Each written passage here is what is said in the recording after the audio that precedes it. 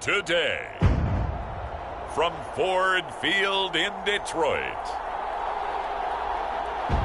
it's Week 3 of the NFL on EA Sports. First opened in 2002, there's a look inside Ford Field here in downtown Detroit, the Motor City.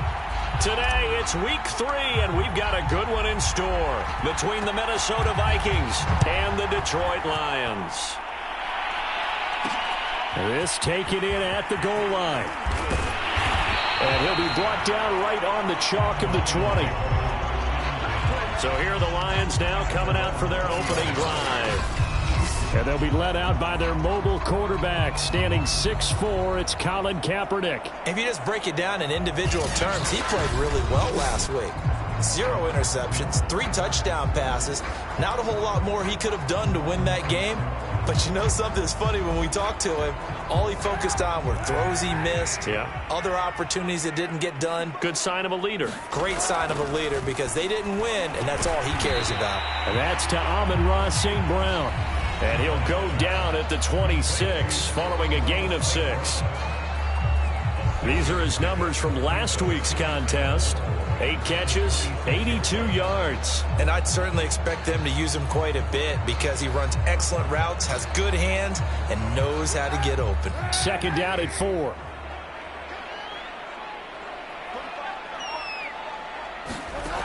From the gun, it's Kaepernick. That's going to be caught by Josh Reynolds. A little football 101 there. You just see the receiver try to run down the defender, meaning he goes right at it and really trying to move him a little bit towards the center of the field so he can put his foot in the ground and break to the out, to the sideline, and make a catch. On 1st and 10, here's Kaepernick. He'll drop this one off to Swift. So give him 5 yards there on the pitch and catch, and it'll bring up a second down. And they'll use him out of the backfield, and sometimes quite a bit. They're just trying to get him touches any way they can. 4 catches a week ago, there's another one right there.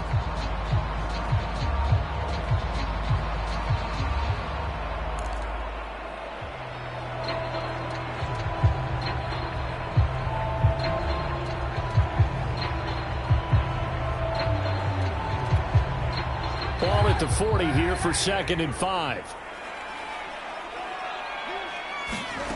Here's Kaepernick. Out to the left there and complete to the tight end, Hockenson. And he'll be taken down, but not before he gets into enemy territory. From Viking territory now, they'll come up 1st and 10 at the 47. On play action, it's Kaepernick. Oh, you saw that one coming. It's intercepted, thrown back across his body. Picked off near the 44.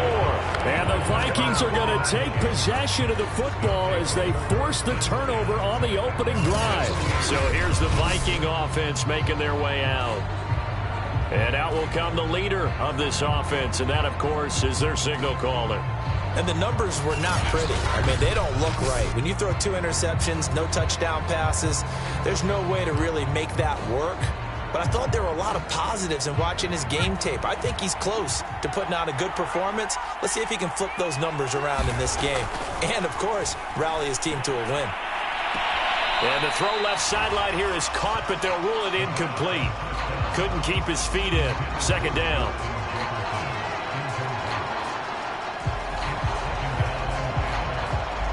So now 2nd and 10 after the incompletion on 1st down. He'll drop to throw. He'll buy some time right. All that gets him is just a yard, and now it's 3rd down.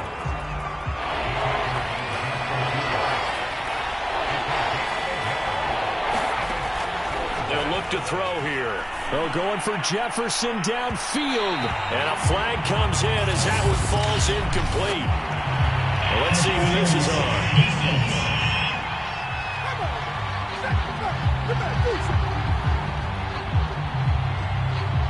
So pass interference to call. That's going to set him up with a 1st down. And if it's a bang-bang play, maybe the flag stays in the official's pocket, but instead, he definitely impeded the receiver's right to catch the football. The official's letting the players know how the game's going to be called here in the 1st quarter. There are the numbers for Cook from a week ago.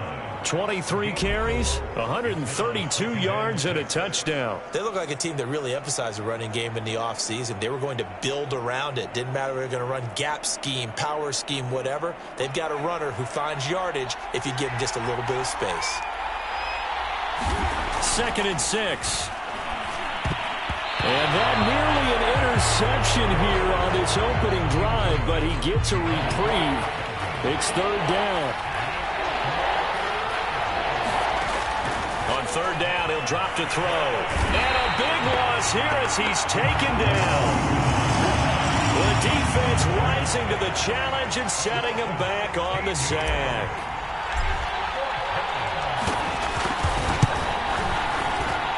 And this one is right down Broadway. And the Vikings have a 3-0 lead.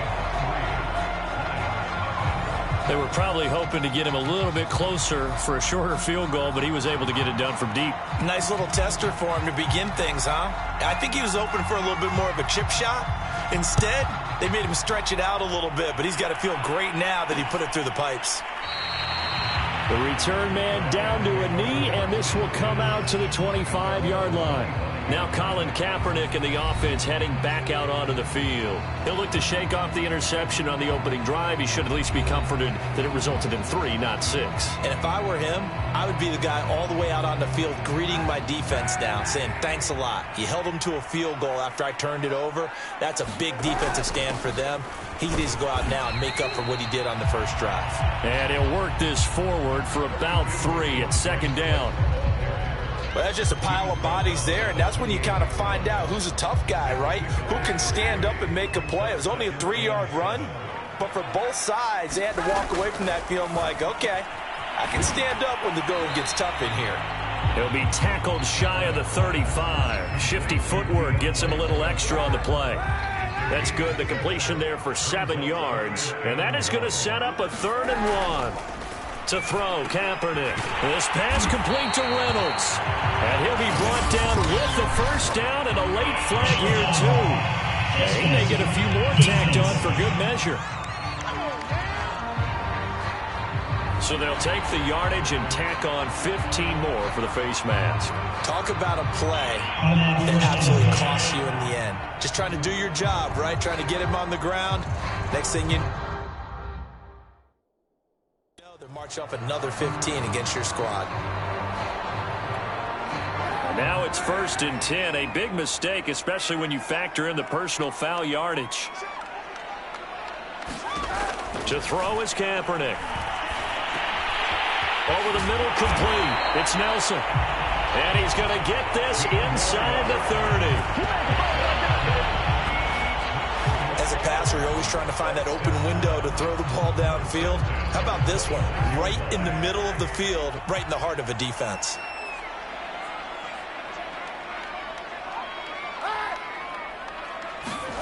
Well, they'll run it here on the jet sweep. And not much of a hole there as he gets it down to about the 24-yard line. Give him a couple on the carry there, 2nd and 8. Defensively, they have that one pretty well figured out. Yeah, and one of the things about this play, it can be even more effective when you run a lot of motion, and there's plenty of times you don't hand it off.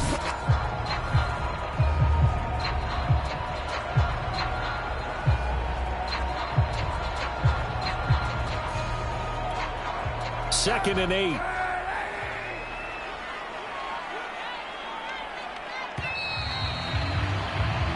Nothing after 1 on EA Sports.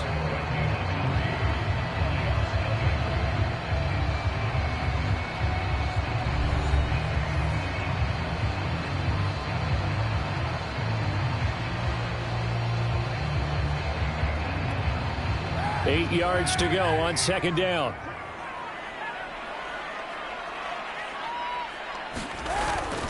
On the handoff, this is Swift. And he's going to be stopped just short of the 1st down marker at the Vikings' 18-yard line. It's a gain of 6, moves him to a manageable 3rd and 2 situation. Frustrating for a defense, energizing for an offense. Finding a way to create that type of yardage in your running game, that'll make the guys carrying the ball very, very happy.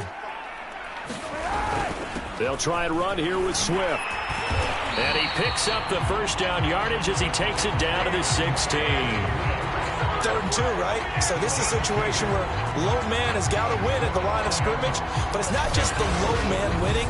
It's the low man who's winning with some force, and they had that to pick up the first down. Barely picking it up, but they did.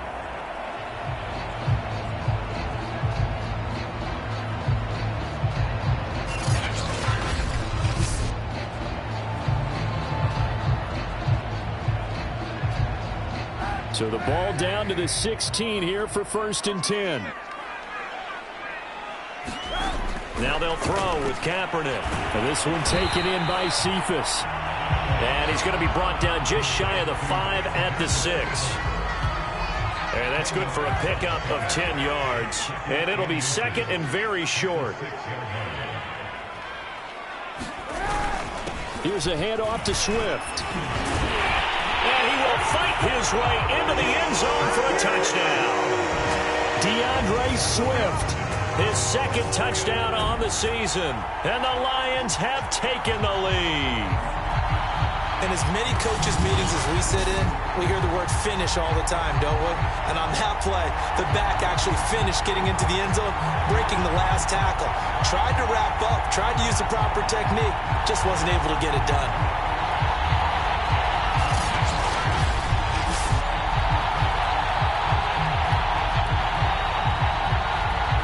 Extra point forthcoming.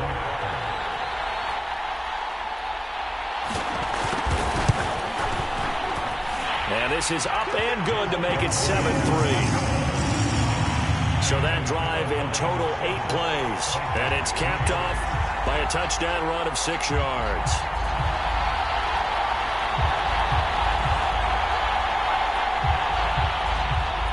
Out is the kickoff unit as they run up and send this one away. This one fielded at the 5. And a nice return sets him up pretty good here right at the 30-yard line.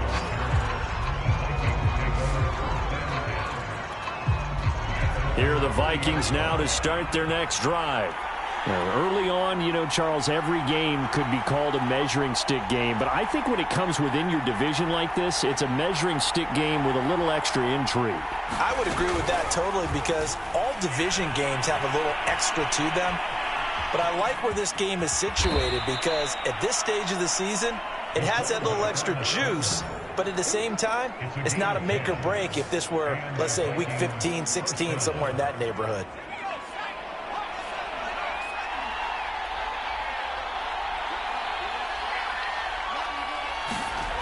They'll look to throw now on 1st down. Flush to his right.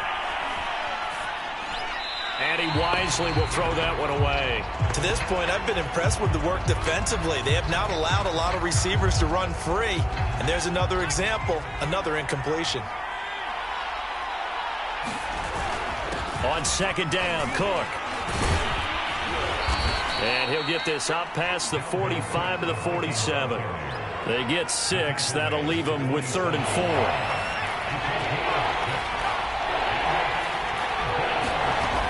He'll look to throw. That ball nearly intercepted, but he could not hang on. Oh, pick there certainly would have been nice. Instead, at least, it'll be 4th down. How about this defense? They came up with a couple big plays in this sequence, and none better than the one right there, forcing the incompletion and bringing up 4th down. The Vikings send out their punter as he's on to punt for the first time this afternoon.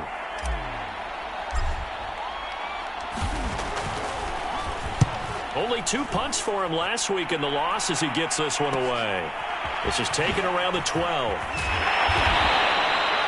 A nice punt, but a good run back as well of 13 yards. And the Lions will take over.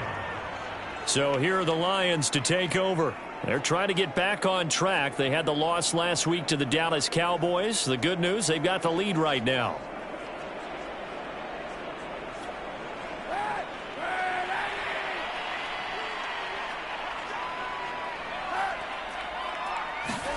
Kaepernick now on 1st down. The Vikings after him, and they get there for the sack. That's Anthony Barr coming in from his linebacker spot to bring him to the ground. Pressure can come from all over when you're plotting a defensive strategy. On that particular play, it just came from the outside. So after the sack, they'll come up on a still manageable 2nd and 13. They run out of the gun with Swift. And he'll get about 3 as he takes this up near the 25. I do know from experience that when you slow down someone's running game, you're now doing the dictating on defense. And guess what? Now you're getting ready to tee off on their quarterback because they have to throw it all the time. But you still have to be alert for the draws and other plays of that nature to make sure you don't get hurt. And we'll remind you that coming up at halftime, we'll join Jonathan Coachman and the gang in Orlando. Coach will have stats and scores from the early games going on here around the NFL. They'll try and set up the screen to Swift. And he'll be brought down right at the 30 here. 5 yards, not enough, and it'll be 4th down. Boy, that was certainly well-read defensively, and the key to any screenplay is space to work, and there was none to be found there, and they tackle it for just a short gain.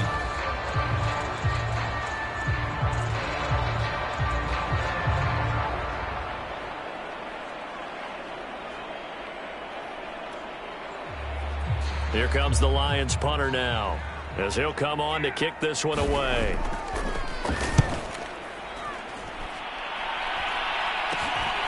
That's pulled in at the 32. So possession goes over here on the punt. And the offense will take over with a new set of downs. So they'll come up 1st and 10 now from the 33. They'll come out throwing here to start the drive. And here's a leaping catch. He pulled it in. And they're going to have this across midfield and inside the 45. Certainly no settling into the drive there. They came right out on the first play and attacked the middle of the field for a big gainer and a 1st down.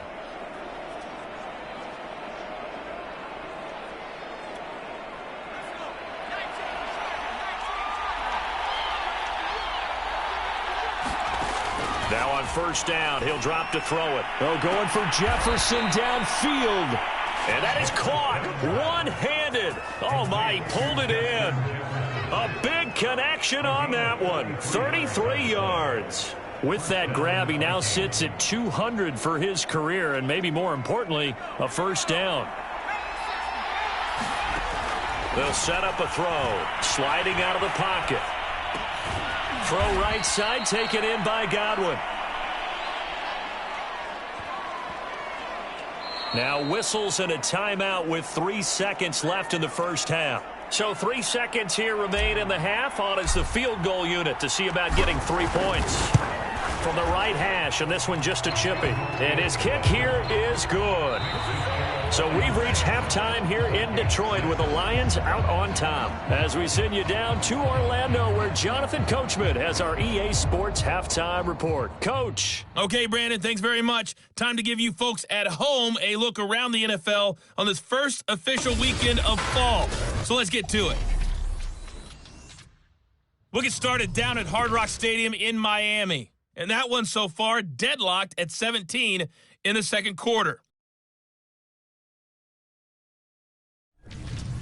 From there, we head down south to Atlanta to check on the Falcons at home at Mercedes-Benz Stadium. And you can see they trail in that matchup against the Tampa Bay Bucks. Tom Brady, sharp as ever. He's got 2 touchdown passes. And we will skip the highlight show this week. Get right back to this Week 3 matchup.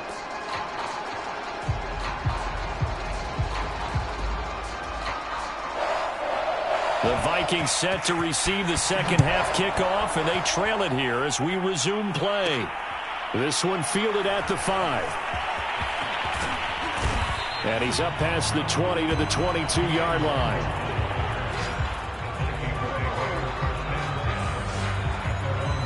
Out come the Vikings. They'll have it first on offense as we begin the 3rd. It's been a tight game to this point. What do they need to do, Charles, to break through in the 2nd half and take the lead? Well, I think the first thing they need to do is thank their defense for keeping them in this game. And, you know, I think the defense is saying back to them, Why don't you guys focus on getting some first downs, put some drives together, give us a little bit of a break here. If we can get some rest, we'll play even better for you. And, oh, by the way, pay off a few of those drives with some points, too. They'll try and start this drive in the air. Steps away to his left. And he's going to get this one across the 30-yard line. As a rookie quarterback, that's exactly how you endear yourself to your teammates. Give it up for the cause. It's also how you end up on the training table, too. Yeah, it's a catch-22. Coach doesn't like it. Teammates love it. Where do you fall on it? Well, I fall on wanting to endear yourself to your teammates, but pick your spots. Be smart about it. They need you for the full season. Yeah, the rookie's going to learn as he goes. The more football I watch, the more I want to check and see if teams are going to panic when they're down on the scoreboard. And this team has shown no signs of doing that. A lot of the time, they come out after the half. Things haven't worked so well in the first go-around. They want to throw the football like crazy. But the way to open up throwing the ball is to run it. And they've run it well here to start the second half. Well, Charles, in the past, a lot of people called this offense one-dimensional. I think you did. Well, I think it was you. I'll be honest, I did. I think the fan base is hoping with this young rookie that they can put some wrinkles in this offense like we just saw. I think you're exactly right, because we did have that discussion that what we've seen in the past from them, they needed to broaden, and they have done it here. Look at what he's bringing to their offense, and now as a defensive coordinator, you've got some extra work to do to prepare for him and their offense. He'll try again with the arm here on second down. And that is incomplete. It's been this way most of the afternoon, hasn't it? This secondary can really put this receiving core on lockdown. Listen, they've worked together like a basketball team that's playing excellent defense. Great communication, doesn't matter whether it's man or zone. And especially against deep balls, as we saw there, they're not giving up anything to them. And this pass broken up. The contact well timed there, and now fourth down. So now they're going to send out the field goal unit to, as they say, fire away from long distance. This will be spotted just shy of midfield, a 59-yard attempt. And this one will not get there. It's off to the left anyway. It's no good, and this score will stay right where it is. Down here in the third quarter, obviously that's one they could have used. Yeah, and one of my favorite special teams coaches in the NFL told me what separates the kickers in the NFL versus the ones who are not is not the misses. It's the second miss in a row. Best kickers in the league, they don't miss two in a row. He's got to get his head back together in case he gets another shot.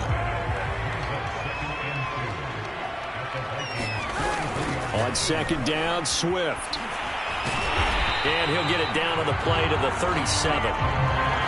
Second and 2 is prime time for a little bit of a gamble, isn't it? Open up the playbook, go play action, toss that bad boy deep. But in this situation, go ahead and give it to your back. Let him pick up a first down. Keep the sticks moving. First down, and they go with Swift again. And he'll get 3 down to the 34-yard line. In the first half, he was held in check on the ground, but despite that lack of production, they still have the lead. Yeah, and they've got to feel fortunate about that. If they could actually get production from their lead horse, that would help open up this offense and widen this margin, too. And he'll be brought down at the 27-yard line. Well, you certainly have to give a little credit here because they're playing this game now at their pace. This is ball control football, sustained runs, taking their time, and making it work. Throwing on first down is Kaepernick. The ball comes out, and the Vikings pick up the football.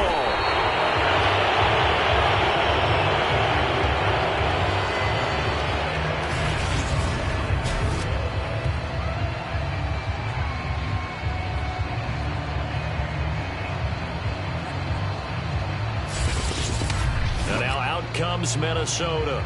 And I hate to point to that missed field goal from their last drive, but you look at the scoreboard, they would be in the lead if they had that 3. Well, no doubt those points or those missed points do loom large, but here they're getting a chance for a makeup, aren't they? Almost like my time in school, I was always begging my teachers for a makeup exam. Here's their opportunity now to put those points on the board. And every point becoming more vital here in the second half. And give him 4 yards there. It'll be 2nd and 6. They run it again with Cook. And not a whole lot doing there as he'll get it up to about the 28-yard line. And after getting tackled, he's still down and looking very slow to get up. While the trainers take a look, we'll step aside. And the Lions going with an extra DB here on third down. Looking to throw. And that's complete to K.J. Osborne. And he will have a Vikings first down as they're able to get the third down conversion. And that's one of those where it feels like backyard football in a sense. You say forget about the route. Just run to the open spot in the middle of the field, and I'll find you. Good throw, good concentration on the catch, and they pick up the first down. Under a minute to go in this third quarter as they come up 1st and 10. And the result here, a pickup of 8. Leaves them with 2 to go on second down. Good yardage there on first down. Exactly what you want. Get yourself set up to keep making first downs, keep the clock running. And if they're smart, you're starting to milk the clock. No hurry before you run your second down play. And he'll get it into enemy territory just across midfield at the 49. Well, we always talk about good down and distance, allowing offenses to expand their playbook. Well, 2nd and 2, that means your playbook's wide open. You can run just about anything. But a lot of times, the play caller, he just looks down at his sheet, sees the short yardage runs, and goes to one of those. And he'll go down, and that will do it for the third quarter of action. We have played 3 quarters. We'll return with more after this. This is the NFL, and it's on EA Sports.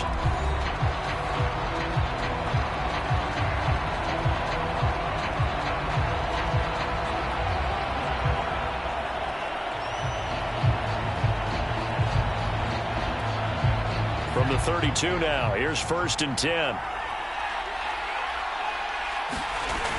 Now they'll switch it up here and look to throw. Buying time to his left. And complete right side to Cook. That catch good for only a couple. One thing I think that's safe to say defensively, the tackling's been really good. And because of that, it's been very, very hard for them to move the ball because you're not getting the benefits of run after catch. They're tackling them almost on the spot. That means you have to run extra plays, harder to move it.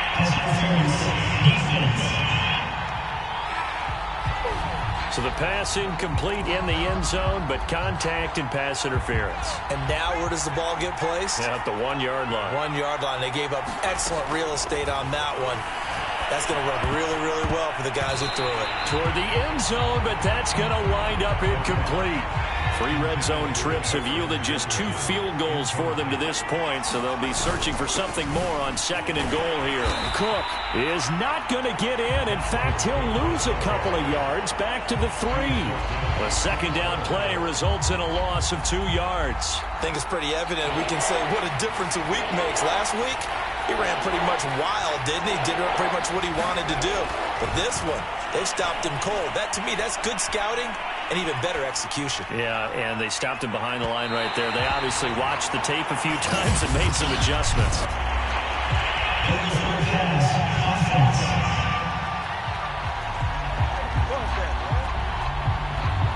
So a decision to make there. They declined the penalty as they'd rather force the 4th down.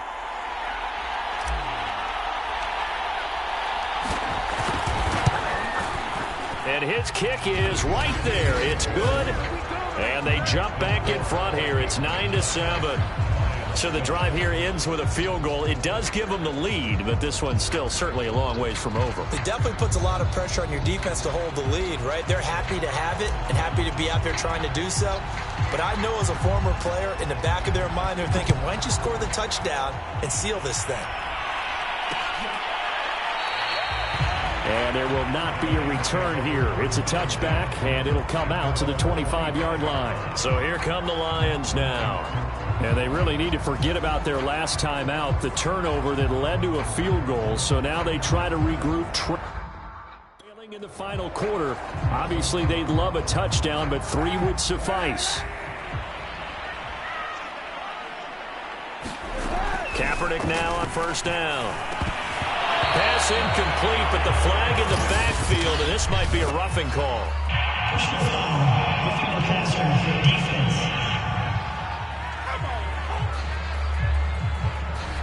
think you'd agree that looked like the right call from up here. No doubt about it. What everyone has to understand is that the officials are going to be right on the play each and every time. You may not like the call, but they're usually spot on. Throwing middle, but it's incomplete. Nowadays, quarterbacks don't mind throwing into coverage because of the confidence they have in their receivers to come down with the ball. But sometimes you have to be careful you don't get too confident and throw an interception. After the incomplete pass, here now is 2nd and 10.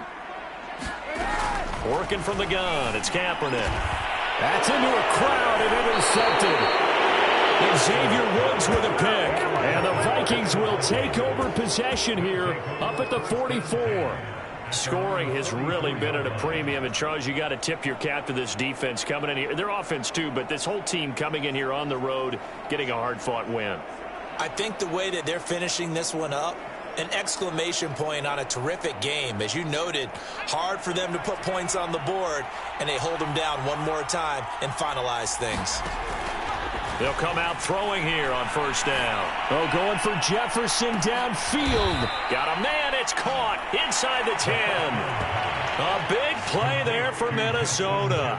They're still looking for their first touchdown of the game, and for a second, I thought they had it right there. Looking on the sideline, it's finally good to see nods of approval. It's a welcome sign of life that this offense needed. In trouble, and he'll go down back at the 12.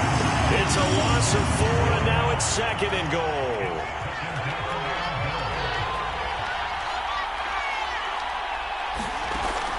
He'll look to throw.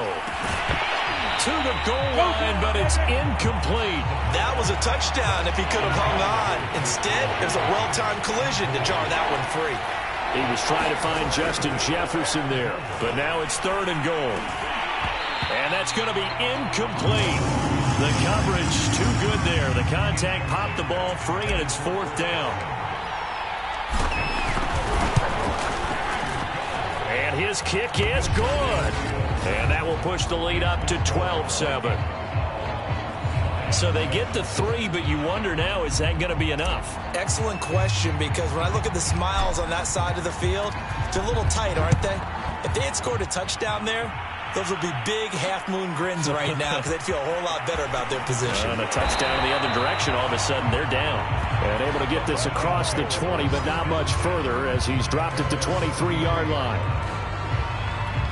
Now Colin Kaepernick and the offense heading back out onto the field. And the interception that ended their previous drive, that might be one we look back on and say that was the turning point of this game. Hey, partner, guess what? There's still time for a few more turning points in this ball game. They're only one score down. Yeah, true. We could have some twists and turns. Stay tuned. One play has him up past the 40 already, and another 1st and 10. Shotgun snap now for Kaepernick. And his throw's going to be incomplete.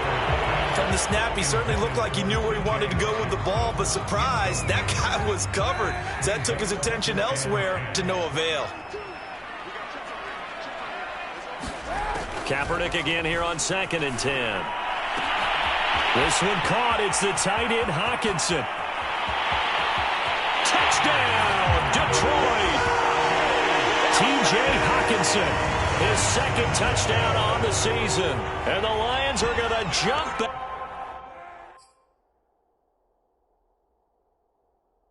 back in front.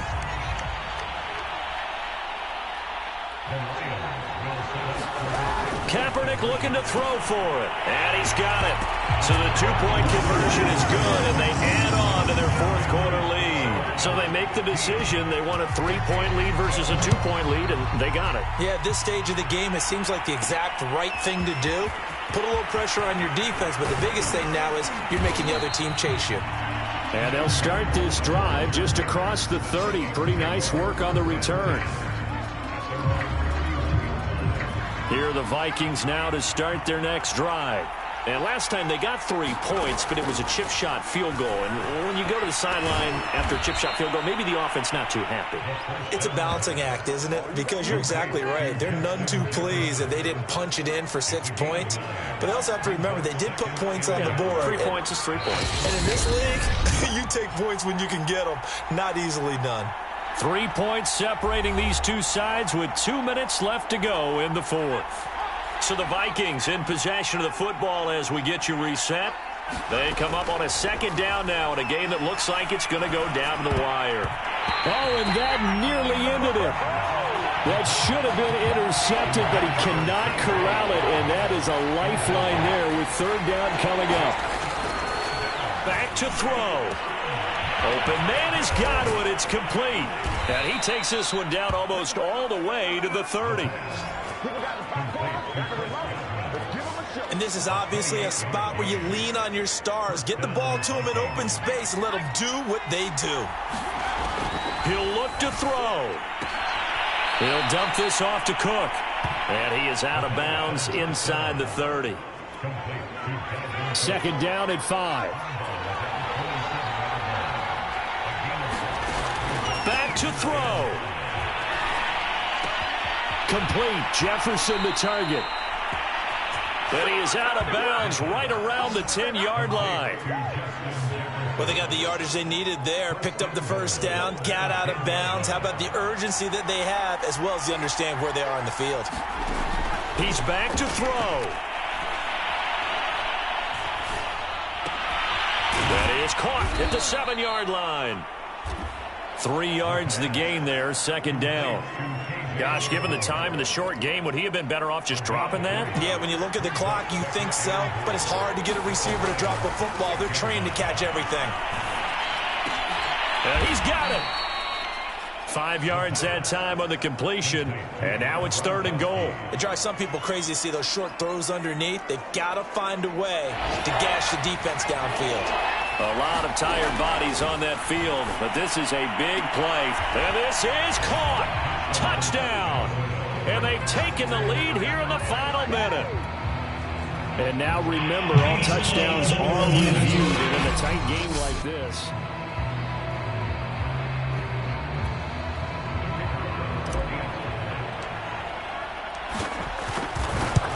So they called it a touchdown originally, and this will stay a touchdown after the video review, so they had it right. Extra point splits the uprights, and that will make this a 4-point game. Set now to kick this one away, and off it goes. This fielded right at the goal line. And he won't quite make it to the 25.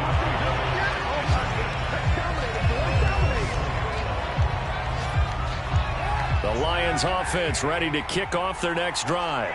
One possession game. Time very much a factor. How does the offense handle this situation? Well, in a lot of cases, they should be somewhat relaxed. And I know that's counterintuitive because this is a pressure situation. But this is Friday practice every week of the season. You go over this situation, having to go downfield, limited timeouts, got to get out of bounds and keep the drive going and set yourself up. Pressure coming from the Vikings, and they get there and bring him down. They've got to burn the timeout, and they do, but a costly, costly sack. And now maybe just time for one final play. Kaepernick to throw. He's going to let it fly. And he's going to be intercepted a third time. Picked off down at the 10. And the Vikings have just about sewn up this football game. When you talk about making winning plays, that is a winning play at this stage of the game. To come up with that interception, huge. I like how you identified that because most people think winning plays are the offense trying to get it done. In this case, nursing a lead, they found a way to make a play on that side. He rifles one that's intercepted. Picked up by Carl Joseph. And the Lions come up with a late turnover. And it will probably only matter to the statisticians as this ball game is now officially over. Well, going into the final play of this game, they knew that they needed some type of a miracle there at the very end, but they couldn't get it done. However, we were treated to really a spectacular affair. Even though they didn't finish it off, you're exactly right. They took us down to the last play. We're still... You're wondering, could it happen? Possibly, even though we both knew it was a long shot.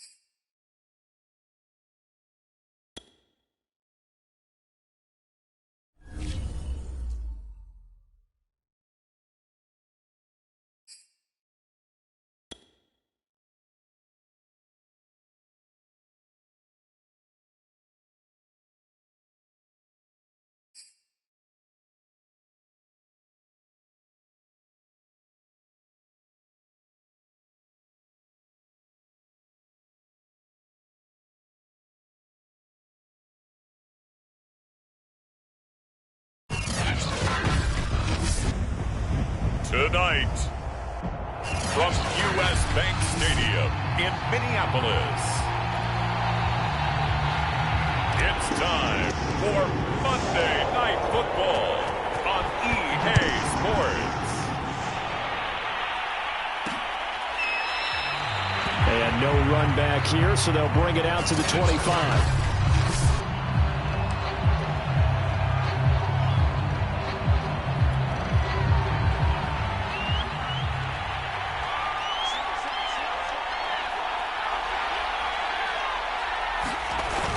Play fake. Here's Book. He's got his all-pro receiver, Michael Thomas. And past the 40 before he's out of bounds. That's a pretty throw right there. That ball's in the air a long time, but it's right on the money on the right sideline. A really good route. Moving the defenders towards the middle of the field before breaking to the sideline. What a completion there. Big-time arm strength. Very nice route. Not only have they completed a couple on this drive, but they peeled off some pretty good chunks of yardage, too. Absolutely. Great start. 2 nice plays in the pass game. Now can they continue to feed off that? And a short gain there down to the 37-yard line. Just a yard on the pickup there, and it'll bring up a 2nd and 9. Now a handoff. Here's Kamara. And down right around the 32-yard line. 4 yards on the pickup. This defense for the Vikings, they were terrific a week ago in that win over Detroit. And every defensive team that we talk to, they spend a lot of time talking about creating turnovers. And anytime you get 2 or more in a game, you've had a really good performance. They exceeded that number in a huge way. They got the football back 4 times in the win. He'll find its tight end. It's Adam Troutman. And he is going to have a Saints first down as they're able to get the 3rd down conversion. Well, a lot of times when you get a manageable 3rd down situation like this, you have to think about your tight end, and he comes through for him, picking up the first down.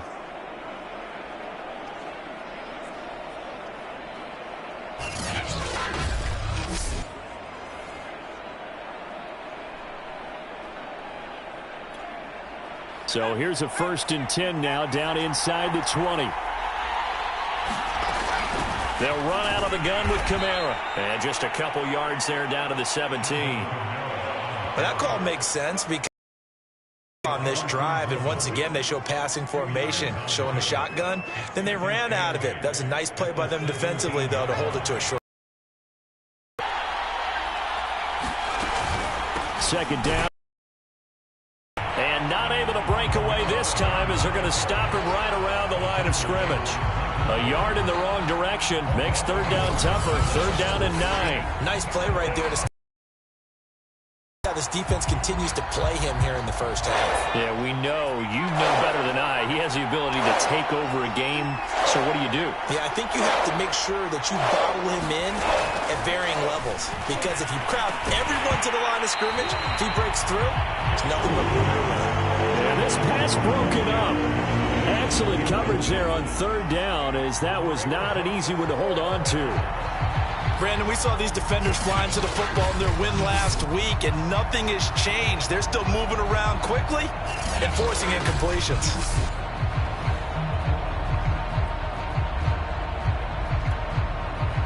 Out now is the field goal unit for New Orleans. This one from 35 yards away. The kick by Lutz is good. And the Saints are going to take a 3-0 lead.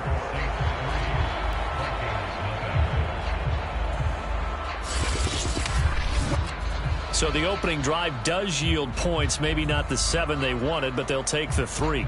Accumulating first downs does not go up on the scoreboard, but it does go into the DNA of a team that's trying to establish itself to start a game.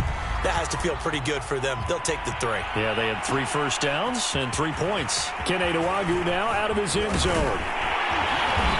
Solid return, pretty good field position. They'll start at the 32. So here's the Viking offense making their way out. And a look here at their go-to guy under center. I like this guy, and the reason I do, he tends to stay on an even keel. Doesn't let too much ruffle him. He will manage the game the way it needs to be managed, take what the defense gives him, and then he can strike at times. Had a touchdown pass. Yes, he had an interception last week, but he found a way for his team to win.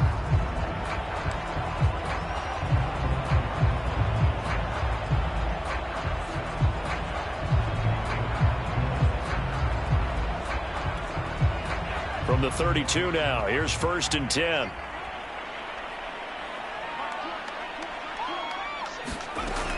They're going to look to throw. And a first hookup with his all-pro tight end, Rob Gronkowski. And they'll get it up just short of the 45 at the 44. One of the advantages of zone defense, as I remember it, is being able to see the play develop in front of you. One of the disadvantages, when they find those levels where they can hit you with it, sometimes behind the corner and in front of the safety, it makes it tough to defend. Dancing to his left. Nothing open downfield, so he'll throw it away. There's nothing like pressure to affect the accuracy and the timing of a guy trying to throw the football. And on that play, they ended up flushing him to his left, contacted him as he's trying to throw the football, and that led to the incompletion.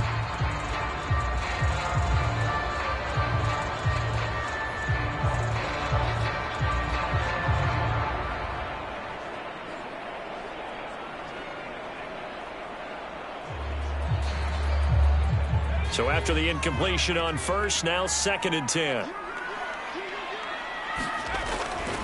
Now back to throw. That's complete to Justin Jefferson. And this is going to be another first down as the tackle's made at the Saints' 45-yard line. The numbers for him from a week ago: 5 catches, 132 yards. 3rd in the league in receiving yards, and that's a strong number. That means he's being consistent each and every time out. Back to throw again. Being chased out left. And he's taken down, trying to do a little too much, getting outside of the pocket, and it results in a sack. Marcus Davenport showing his strength and quickness there, a loss of 4. The clock running here, under a minute to go now in the first quarter of a 3-0 game. Forced out, and he's going to go down again. Marcus Davenport able to drop him that time for his 2nd sack of the evening. Okay, let's go back a little bit and see if my schooling comes to the front. What's that old saying?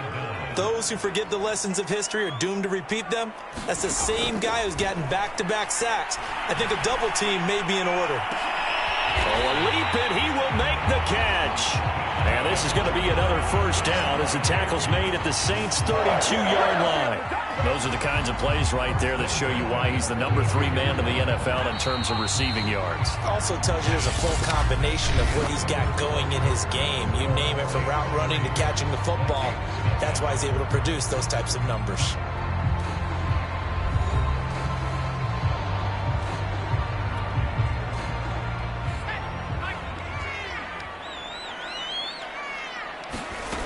Back to throw now on first down. Throw caught there by Osborne. And inside the 20 before he's brought down. Seems as if the passing attack's starting to heat up a little bit here in the second quarter. You can sense and you can see the momentum, because now they're reading their patterns downfield, they're understanding the coverages, and they're finding the open holes in the defense. Oh, he was hit as he threw it there, and that one winds up incomplete. I think he had to unload that one before he wanted to. He was right up in his grill. I think he was a dentist there without a license, don't you? Just not enough time for the play to develop. Just lucky it wasn't a fumble, really. And this one taken in on the right sideline, but not in the field of play. They say it's incomplete. The throw led him a little too far. It brings up 3rd down. So back-to-back incompletions. 3rd down here and 10, but you're still in field goal range. And that's the thing to keep in mind. They're in field goal range. So now you don't take any unnecessary risks, but you try and find a way to get back to what you were doing earlier in the drive in order to finish this one off. Beautiful throw right there on 3rd down, and it looked like this was going to be 6 points, but a nice touchdown-saving tackle at the end of this. Even still, this offense is knocking on the door now with a 1st and goal at the 1. No signal, but I don't think he got the surge behind center. No, he's going to be kept out of the end zone. It's a quarterback sneak. And he is not going to get in as the big bodies stop him at the 1. Officially no gain on the sneak. Kind of a wasted play there, and now it's 3rd down. Almost want to go Shakespeare here. My kingdom for a yard. Quarterback sneak, nothing doing. Better be careful. Shakespeare might sue you. Yeah, he might come get me, right? Good luck with that, Bard. This is a long drive offensively. Wouldn't you hate to end this with just 3 points? Doesn't it feel like during a ball game you have certain narratives going on and there's certain drives that seem to take on just a bit more importance than others? This feels like one of those, doesn't it? To me, 3 points here, a major letdown. This is the time to go and put 6 on the board. And he'll get in. Touchdown, Minnesota. Dalvin Cook, his 4th touchdown on the year. And the Vikings have taken the lead. Extra point right down the middle. And that makes it a 7-3 lead. That one was an extended drive. 14 plays all told. And it's capped off by the touchdown run coming from Dalvin Cook.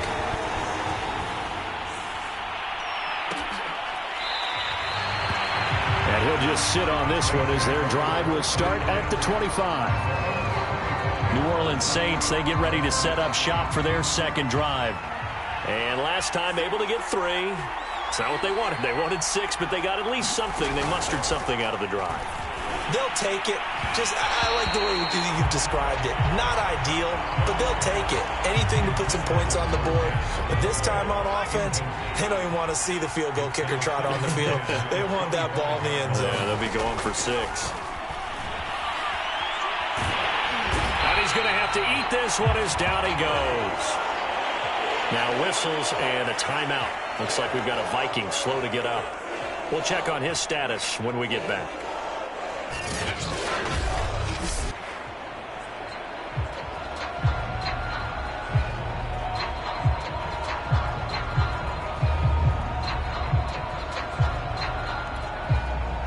And some secondary help here for the defense in the nickel on 3rd and long. Book. They'll set up the screen now to Kamara. And he'll be out of bounds near the 30. In fact, right on the 30. 14 yards is the pickup there, but it'll still lead to a 4th down. I wonder what was going through his mind when he got the play call. He just got sacked on the previous play. He knows they're coming after him again. A little bit of guts to stand in there, take the hit, and successfully complete the screen pass. Really well done. Blake Gillikin on to punt now on 4th down. Yeah, last week in the loss, 5 punts as he gets this one away. A 45-yard punt, 4 there on the return. And the Vikings will take over here 1st and 10. Dalvin Cook taking the field for the Vikings' next possession. The passing game, they've had more success there than the running game. Maybe something they game plan for. How come they didn't tell us about it? Because they wanted to keep it a secret. We did ask, didn't we? But I think what happened in this one is they've realized that they've established the run pretty well, and teams are going to key on that. They thought they could open it up and have success through the air, and that's exactly what's going on. Yeah, they've had success at least so far here in the 2nd quarter. And that one a little too high as it's knocked away and incomplete. The Vikings on 3rd down. They've been okay, 2 for 3 thus far. This is 3rd and 10. And he'll be taken down, but not before they work it across midfield. You often hear the phrase sure-handed tight ends, and he certainly fits into that category. Plus, he's got a quarterback who knows to look his way when they need a big pickup. And on this play, he finds him for the 1st down. And they'll get this just to the 47, 1-yard gain. 2 minutes to play in this first half, 7-3, our score. A reminder coming up just a few minutes from now, we'll send you to Jonathan Coachman and our crew in Orlando. Coach will have a look back at some of the stats and scores from yesterday's action. And this throw a bit late as he couldn't reach back for it. My good friend, I'm just going to pose the question to you. Did that look like a pass that he should have thrown? Now, the rookie probably needs to be a little bit more careful in these situations. Yeah, that throw would turn him into a veteran quicker, but not in the way that he wants. He wants to learn his lessons by making good throws, not throws like that. And he'll go down, but not before getting this inside the 30. He's such a good route runner. Shows it there on third down. Very proficient and a good pass. And you know what I've observed over the years in the NFL? The better a route runner you are, the more confidence your guy's going to have in you to go to you in important times because he can trust you being in the right spot, and they connected there and picked up a first down. Well, I think that was good strategy there, trying to go right back to him after the last completion. But this time, the defense was all over him, and they got there to break that one up. He's going to go up top for the end zone. And that will be incomplete.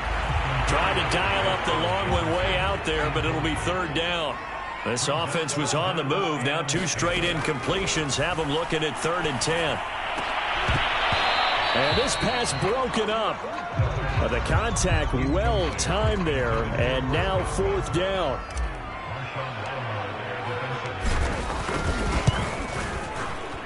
And his kick is good. And they push the lead up to a touchdown now at 10-3.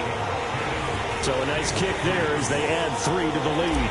And from what I've seen so far, Brandon, I think they've been the better of the 2 teams here in the first half. So even though you want the touchdown, I think that's a nice job there to put 3 points on the board. And no effort to bring this one out. It's a touchback.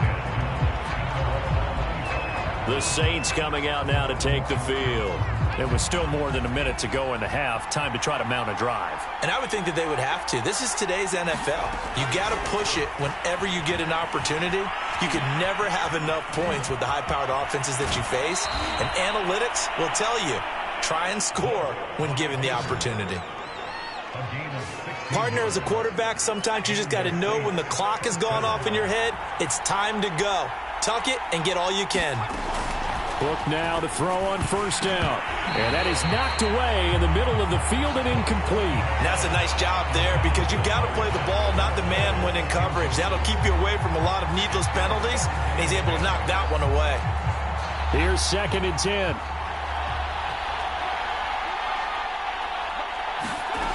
From the shotgun, it's Book. That's complete to his running back, Kamara.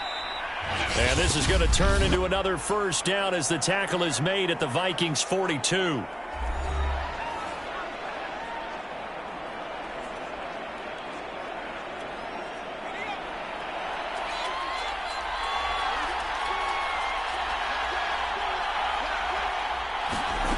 To throw his Book. Out to his left. He's got the 1st down here inside the 30. And he takes it all the way down to the 22. Now we'll get a quick timeout called by New Orleans, number 2, as they get the stoppage with a little over 50 seconds to go in the first half. This offense finding its legs now. Here's another 1st and 10. Working out of the gun. Here's Book. He rifles one, and that's going to be intercepted. Picked off by the linebacker, Eric Kendricks. 30. 10. And he will take this one home. It's a touchdown. Short throw, pick 6 right there. Those linebackers, they love when those short throws come and those eyes get real wide, don't they? How about the anticipation on the play? Reading, reacting, and then the ability to catch the football and take it in the opposite direction. Point after, right down the middle. And the lead is now 17-3. So they throw the pick 6. They'll get another shot at it now as this one's in the air. And here comes a return from just beyond the goal line. And they'll get him down right around the 25, actually the 26 officially, so a net gain of 1 there. The Saints offense going to head out now late in this first half. And with him down 2 scores, you wonder if they might try and put something together, even if it's just to get into field goal range.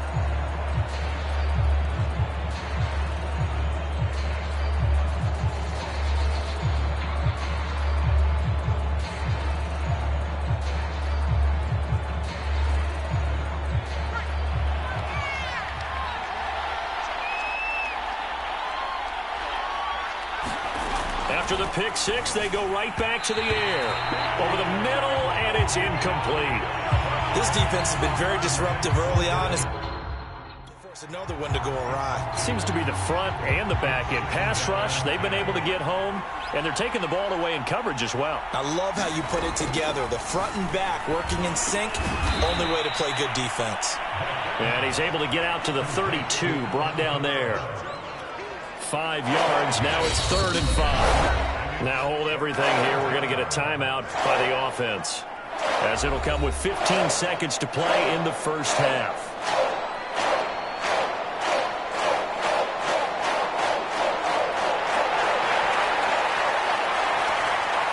An extra defender in the secondary for the Vikings here on 3rd down. Book now. That is hauled in by Michael Thomas. And he is going to have a Saints first down as they're able to get the 3rd down conversion. So we've reached halftime here in Minnesota with the Vikings on top. As we'll head down to Orlando, that's where we find our man Jonathan Coachman at our EA Sports Halftime Report. Coach. All right, Brandon, thanks very much. We'll get back to you and Charles in a minute. But first, time to give the folks at home a look at what's going on around the NFL. We'll get started up at Lucas Oil Stadium in the capital city of Indianapolis, where it was the visiting Chiefs who come in and get the victory on the road. Patrick Mahomes, a strong performance there, over 300 yards passing with 3 touchdowns in the victory. From there, let's head off and check out a second game. And they were winners in that one over the visiting Arizona Cardinals. Chris Carson, what a game. 3 touchdown runs in the victory. Lastly, all right, folks, eager to get back to this Week 4 matchup. We won't put up a fight. The Vikings have to like their position. They've got the lead. They get this football as well as we are back and underway for the second half. Nwangu now from his end zone. And it's a pretty good return here as he'll get this up to the 29.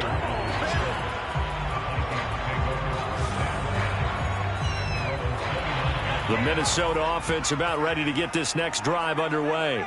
And, Charles, they've got the lead. Put your coaching hat on here now. What's the game plan for the second half? I think getting the running game going a little bit more, because I thought in the first half they didn't get it moving the way that they would like. They had success throwing it, but I think these first couple of drives, they'll want to get those running backs going and give them more opportunities, and I will guarantee you that they'll... Into a double team, and it's intercepted.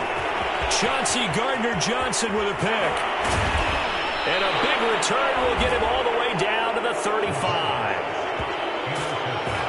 Pretty much everything went their way offensively in the first half, but now an interception on the opening drive of the 3rd quarter. As we know, the key to everything here, don't get careless with the football. The problem is you've got to stay aggressive as well. So where's the line between being aggressive and attacking and being overly aggressive? I think they just crossed it on that one.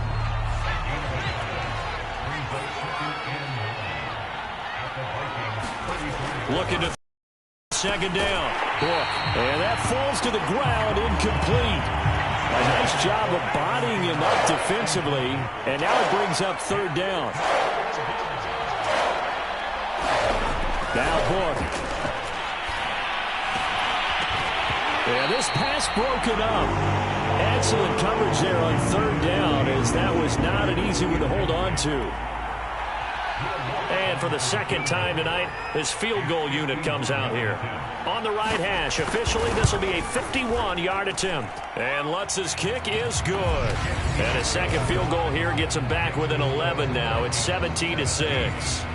These kickers now, it used to be that a 50-plus yarder was cause for celebration. Now seemingly automatic. Yeah, isn't it funny when we prepare for a game, when you look at the backgrounds of these kickers, it's interesting, isn't it, to find out they were all-state quarterbacks, receivers, defensive backs, all-state wrestlers, right? Baseball players. We're finding athletes all along, and now they're just specialists putting it through the posts. So here are the Vikings to take over. Last week, good result. They were able to beat the Detroit Lions, and now they are on the good side of the scoreboard right now as well. Looking downfield for Godwin. And this nearly an interception, but it's incomplete. Well, a turnover really would have helped him there, but not to be. And 2nd and 10, he'll look to throw again. And he's taken down here by the Saints. Give the sack to David Onyemata, the product of Nigeria by way of Canada. And for the Saints here on third down, an extra defensive back on the field. He'll drop to throw. Oh, going for Jefferson downfield. And that nearly the pick that they needed. He couldn't pull it in, though, and it's fourth down. The Vikings send out their punter. And the way this offense has moved the ball, he hasn't been needed till here in the third. He was only asked to punt once in the victory last week as he sends this one away. 39 yards on the punt, give him just 1 yard on the return. And the Saints will take over with a first down and 10. The Saints offense on the field ready to get their drive started. They begin on the ground with Kamara. And the play goes nowhere. Losing yardage back near the 40 at the 39. 2 yards the loss, second and 12.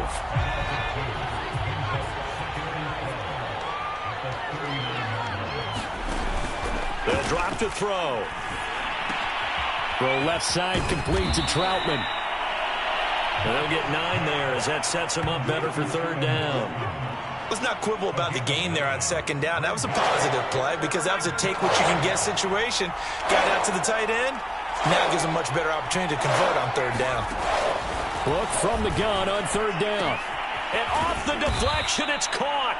And he is going to have a Saints first down as they convert on 3rd and 3 with a nice gain of 7 yards. Now that's a defensive coordinator's nightmare right there. You're covering everyone, and the guy's not even the intended receiver ends up making the play. Right place, right time, I guess. When that ball's tipped up in the air like that, you've got to go up and get it. Offense and defense, and in this case, the offense ended up grabbing it. A good run, got 7 on first. Here's 2nd and 3. Again, it's Kamara. And they're able to swarm him behind the line, and his rough night continues. It'll be a loss of a full 3 yards there, and it also brings up third down.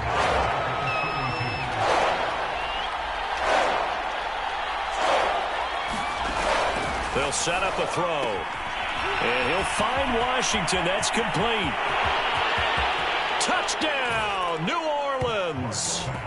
James Washington, his 4th touchdown on the year. And the Saints have cut it back within a score. A nice throw there by the second-year quarterback. And I don't believe that was the kind of play he would have made as a rookie, because usually your rookie season is a continuation of your college days. A lot of one read, and if you don't have it, you just take off and go. Now he's settled in the pocket a little bit more, reading the field and getting to his second and sometimes third progression. That was a nice play. Nwangu now from his end zone. And this return will net positive as he gets past the 25 and up to the 27-yard line. Here are the Vikings now to start their next drive. Pretty important third-quarter drive for them. Momentum has sort of shifted the other direction after that last touchdown as they nurse this small lead. They'll contain him to just 4, 2nd down. I think the best offenses love to get the ball to their running backs in open space because they have the ability to make people miss, and they also have the ability to run over people. And if you do that throughout the game, after a while, they might just run through some of those tackles and go a long way. Well, we saw him shed a nice tackle on that play. Well, you most certainly don't want friend old momentum. He's wondering if he should change sidelines about right now. And if you don't convert here, guess what? He's going to make the trek to the opposite side, and all of a sudden, you got a battle on your hands. And that was good protection there. No, that was great protection there because it allowed him to lock in on his receiver, although I think he was looking for his tight end on the corner route all the way. Nice connection there for a really nice gain. Now a man open down the middle of the field. And he gets this inside the 35-yard line.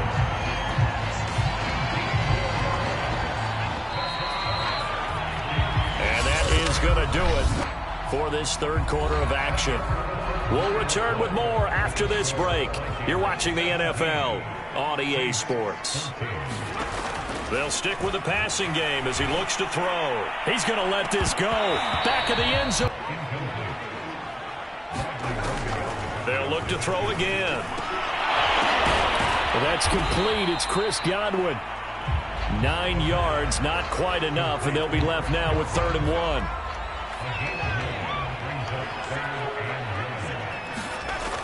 Again, he'll drop to throw. Got an open man finding Jefferson. And he will have a Vikings first down as they're able to get the 3rd down conversion. Tell you what, he's been able to put the ball in some tight spots all game long. That throw, no different. Yeah, a lot of people would call it a gutsy type of a throw.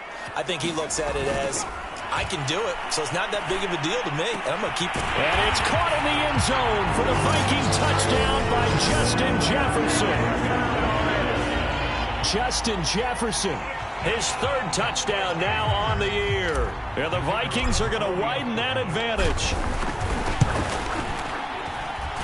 The extra point splits the uprights, and his guys will take a 10-point lead.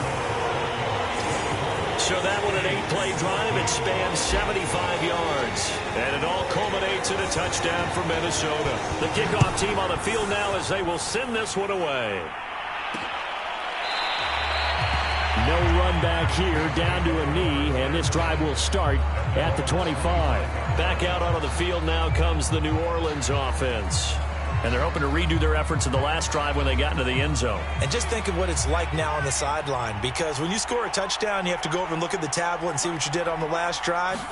When you scored points, it's a whole lot better view than when you're trying to figure out how to fix things there. That really sets them back. A loss of 6.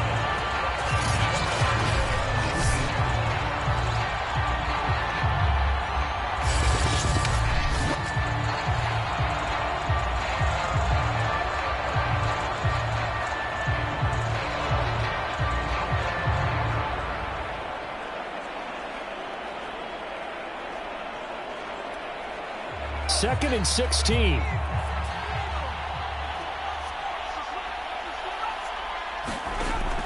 Looking to throw. That's caught by Marquez Callaway. And he'll be corralled well upfield right around the 40-yard line. Well, every drive from here out is definitely crucial and critical. They know that they need to get at least 3 here to get it back to a 1-score game. But I can't imagine that in their huddle that they're thinking at all about getting a field goal. They want to get into the... The Vikings after it, and they get there for the sack. Sheldon Richardson showing his strength and quickness there, a loss of 4. 2nd and 14 as they've got work to do here after the sack. They'll look to throw. Puts it on the carpet, it's out. But fortunately, the Saints were able to hold on to it, so they will indeed keep possession. Much like a running back going through the line, quarterbacks have to be aware of protecting the football as well. He left it exposed that time, wound up having it knocked free, but fortunately, had an alert teammate who was able to get it. And this pass broken up. And the contact well timed there, and now 4th down. And they're indeed going to go for it here on 4th down. So trailing here in the last quarter. Let's see how this plays out. A throw over the middle, taken in by Troutman. And he takes this one down almost all the way to the 30. Felt compelled to go for it there on 4th down, trailing in the 4th quarter. They got it done. And there's always a lot of pressure on a 4th down call. Doesn't matter the distance. Stop to get it done, as you noted, and they did.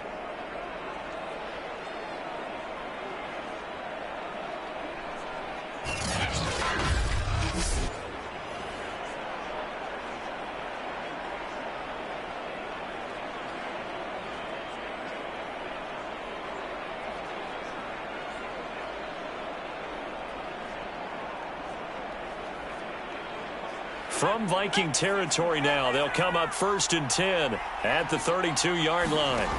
They'll set up to throw. And this is going to be incomplete. They've given up a few first downs on this drive, but getting the incompletion there, that should give them something to build on and maybe turn the tide. An incomplete pass on 1st down. That leads to a 2nd and 10. They'll look to throw here. And that throw behind his man, he missed him, incomplete. This drive, which was going so smoothly, all of a sudden it's a little bit of a roadblock here with 2 straight incompletions. Yeah, apparently this defense has had enough. Apparently they're saying, no more. We're making a stand right here, right now. But it is 3rd and 10. They've got to get after him one more time. And that is incomplete. A lot of times it's that first read that you had. Maybe you get it in pre-snap, and he locked in on his target, but he was covered quite well, and that one's incomplete.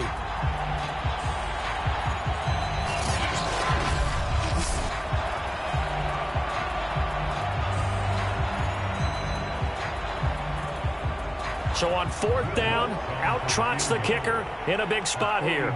It'll be a 49-yard attempt from the left hash. And Lutz puts this one through. And this is back down to a 7-point game.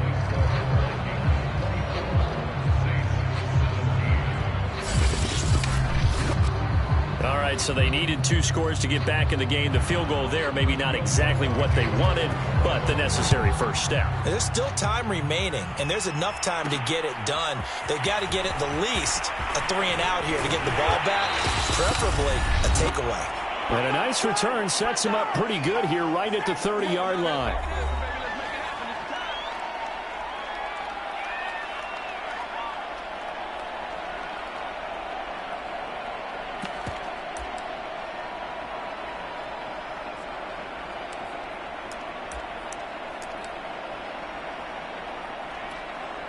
So the Vikings in possession of the football as we get you reset. The Minnesota offense about ready to get this next drive underway. And this game not quite over yet. And we'll likely see them take all 3 timeouts defensively, so they can't just kneel this one out. They're going to have to try to run a few plays. You're exactly right. They've got to get a first down and make them use up all their timeouts in order to feel like they have this one in hand. And that'll be incomplete. We do have a penalty flag down, however. Let's see what that's about. Well, you won't hear any boos from this home crowd on that call. No, not at all, and it's been a long day for this crowd waiting for this game. It's been a long evening as well. Finally, they feel they got a call. And Cook running on first down, but this defense up to the task there as they stop him before he can even get back to the line of scrimmage. Call it a loss of 1 officially. A loss of a yard there to start out. That leads to a 2nd and 11. That one looks like he'll throw here. And they're not able to hook up there. Incomplete. Receiver coaches preach to their guys all the time. Separation, that's what's going to make the play successful. That time there was very little, and I think they were actually fortunate that it was only knocked away and not intercepted. Gronkowski's got it on the crossing route. Now we get a quick timeout called by New Orleans, number 2. And they'll be disappointed to have to burn one there after giving up the first down. The play-action fake. They'll look to throw. And the throw left sideline here is caught, but they'll rule it incomplete. Couldn't keep his feet in. 2nd down. But the passing game right now for them, not overly impressive. Last week he hit on right at 50%. This week he's under 50%. And it's not just on him. Protection, a few breakdowns along the way. That's made him get off the spot. Receivers not getting their way open downfield. The coverage has been awfully tight. They've got to all get together and find ways to make this passing game get in gear. That's complete to his receiver, Godwin. Now the Saints will use their 3rd and final timeout as they'll head to the sideline and talk over what to do next.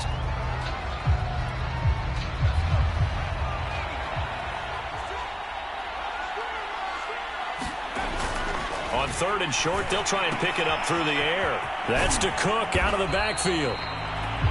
And boy, he is very close to a first down, but from where they're spotting that football, he's going to be a foot or so short. Just a gain of a couple there.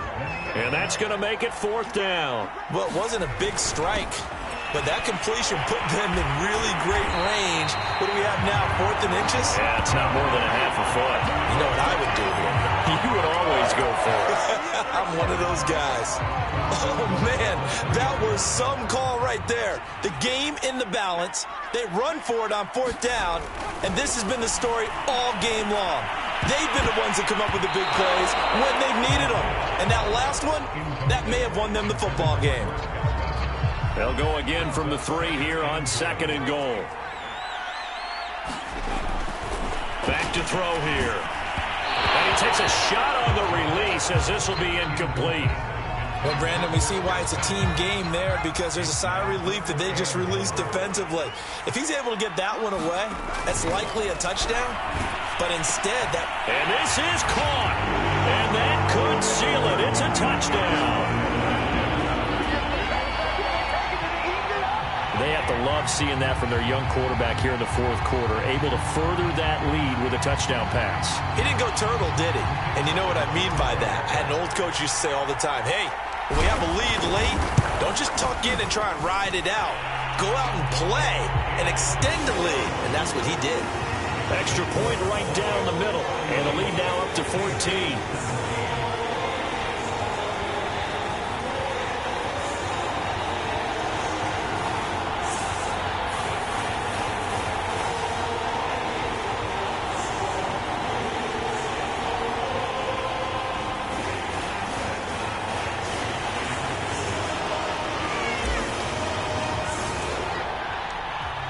The kickoff unit is out on the field, and they will send this one away. Taken at the goal line.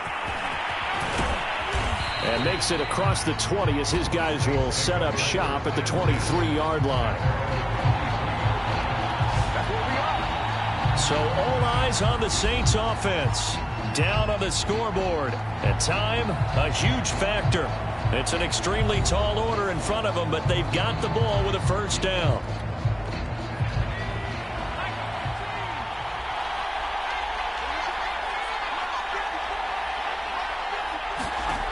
On 1st and 10, Book. Escaping the pressure. Oh, he's hit. He lost the football. Put it on the carpet. And the Vikings pick up the football. And this return is going to be halted right around the 28-yard line. Well, that drive wasn't a case of wanting to put points on the board. It was needing to, having to, and they didn't get it done. Yeah, didn't get it done, and now you look at the situation and the point differential, 2 scores, pretty much game, set, match. How about the takeaway, though, huh? How about those defensive guys? Going to throw deep for the end zone. And this is going to be intercepted. Picked up by the corner, Bradley Roby. And the Saints are right back in this football game. Defensively that time, they were in zone coverage. As a rookie QB, what lesson can you learn there? Well, understand this. You saw zone in college, and the defensive backs reacted, but they don't react like they do on this level. So when they're in zone and they see the ball coming to them, they'll react at least a half a second faster. You've got to know where you want to go with the ball and be decisive with it. Otherwise, the end result can be something you don't like. After the incompletion, here's 2nd and 10 from the 20. One final shot. They'll look to throw. Now a desperation throw deep downfield. He's got a man. Complete. And they're going to have this across midfield and inside the 45. And, Charles, you know what coaches always tell us. We want to win our home games. That much we know. We want to protect our home turf.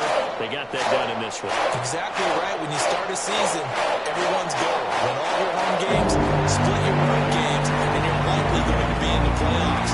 But when you win at home, boy, what a great feeling that is. You don't even mind if people are at your house when you get home after a win like that. So for Minnesota, they're on a nice early roll as they move to 3-1 with a win here. And they'll hit the road next week to take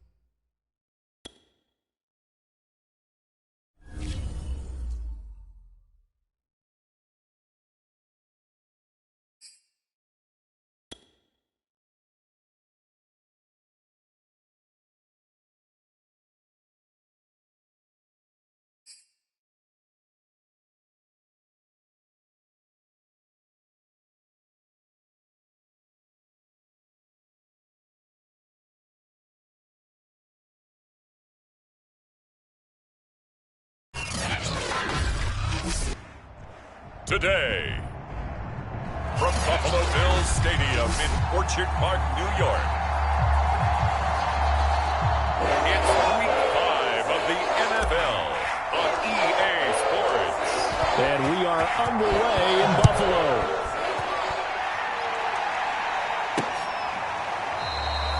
And we will not see a run back on the opening kickoff. This will be a touchback.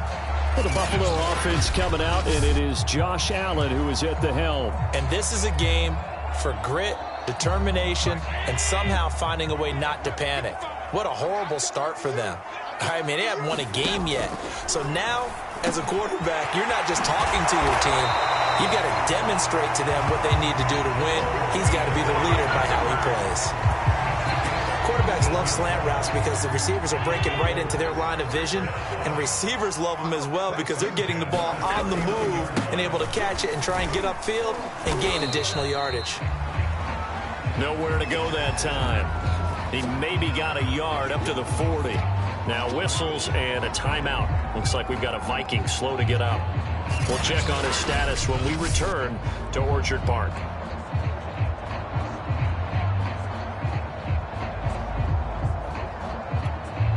Here's 2nd and 9, just a yard on that last run.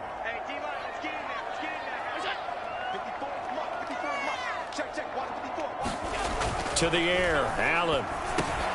He's got the connection over the middle to Diggs. And they get to him after a gain of 6 to the 46. That reception, his 600th NFL catch. Congratulations, quite the accomplishment.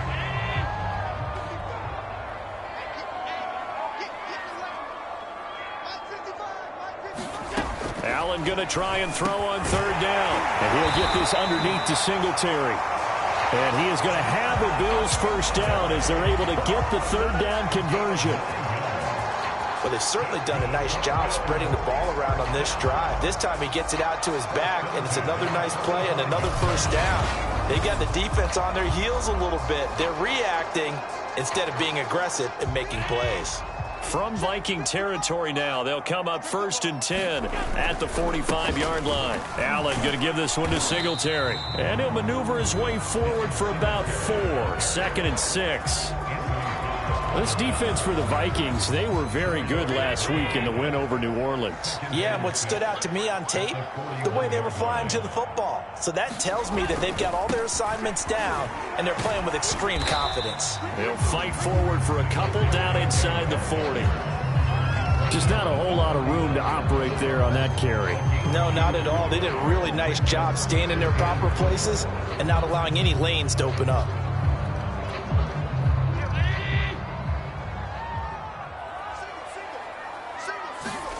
Allen. Caught right side, Davis. And he'll go out of bounds after taking it a little further down inside the 40. They stop him for only 3 that time, and that'll bring up 4th down. So first possession, 4th and short. Field goal's no gimme from here. What do you think about going for it? I'm not just thinking about it. I'm signaling go for it. Let's get this, all right? Yeah, look, you're right. You know, the field goal's there, but it's not a chip shot. My big thing is opening drive. You're trying to establish momentum. Let's not stall it ourselves. Let's go get this 1st down and then continue on downfield and try and get a touchdown. I like your confidence. Yeah, why not? Let's go. Good starting field position for the Vikings as they have it 1st and 10 at their 36-yard line. And now the drive starts with a completion out to the right. 3 yards the gain there, 2nd down. Brandon, perfect defense in this situation would have meant that there was an incompletion that would have picked it off. Okay, so they gave up the completion. But I really enjoyed watching how the defense stayed in sync, stayed in great communication. And as he dragged across each zone, you see him pointing, communicating. There he is, and they passed him off to each defender. Ended up making a nice play, even though it was complete. And that ball incomplete. He couldn't work free from his defender, and now it's 3rd down. On 3rd down, he'll drop to throw. Oh, going for Jefferson downfield. And this a leaping effort, but it's knocked away and incomplete. The Vikings send out their punter as he's on here to punt it away.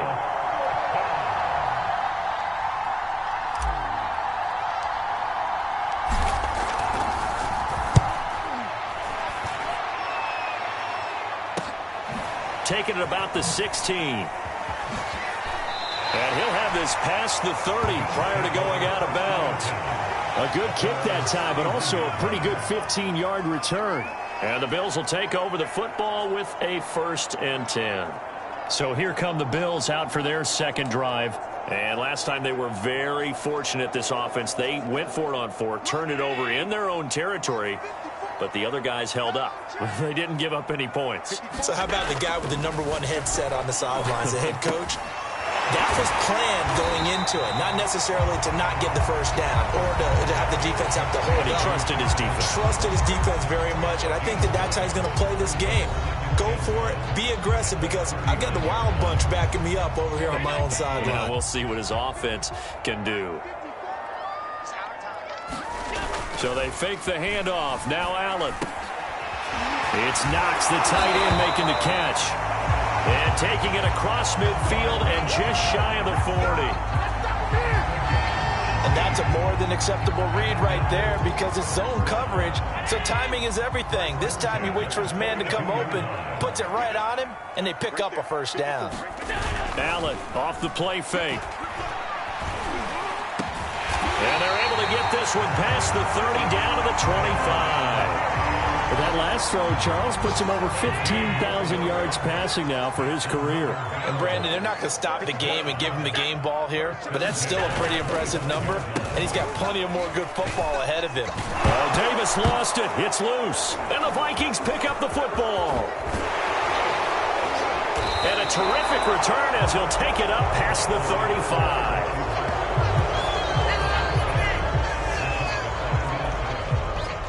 Here are the Vikings now to start their next drive.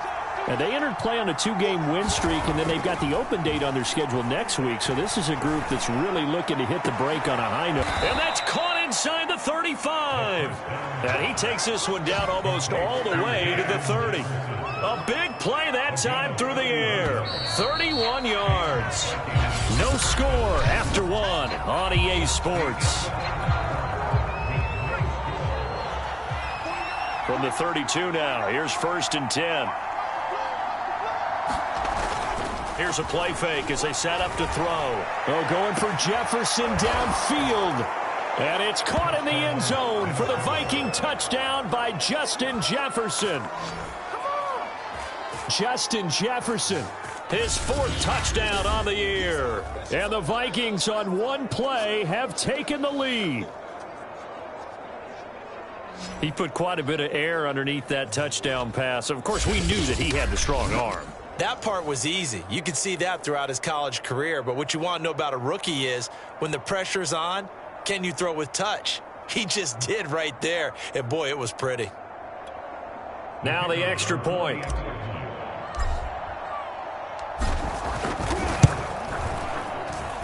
He's got it, and the Vikings take a 7-0 lead. Those are the kind of drives they like on offense, from the coordinator to the quarterback, the line, everybody. One play drive and into the end zone for 6.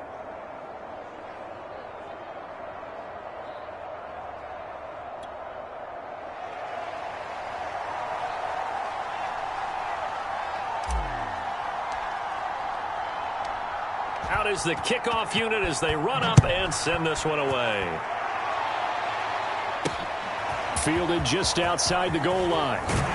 And he'll go down as this drive will start at the 25-yard line. And now we move our focus to Stephon Diggs. Well, September sure treated him kindly. Now we flip over to October. Any reason to think that those numbers drop, or can he keep the pace up? Well, he can keep the pace up, but it's going to get a lot more difficult now. To me, it's a lot like baseball, all right? When guys, when they first hit the league, whether it's a pitcher or a hitter, and they go through the league the first time and they're hot, they're going, wow, what a phenom. Then they get tape on them, they get scouting reports, they start to do different things. Let's see if he's going to adapt and expand his game in order to keep up that type of production. That's a good call because he's a known entity. See how... And all the way home for a Bills touchdown. Gabriel Davis, his 3rd touchdown now on the year. And the Bills are an extra point away from tying the football game. I don't think you can get any more efficient or tidy, whatever word you want to use in that. Man, one play, 75 yards, end zone. Yeah, efficient, tidy, excellent words. How about explosive? 75 yards, one play. That means everyone handled their assignment, doesn't it? It doesn't just mean that the defense broke down. They really executed the way that was drawn up on the whiteboard. Big-time play, big-time result.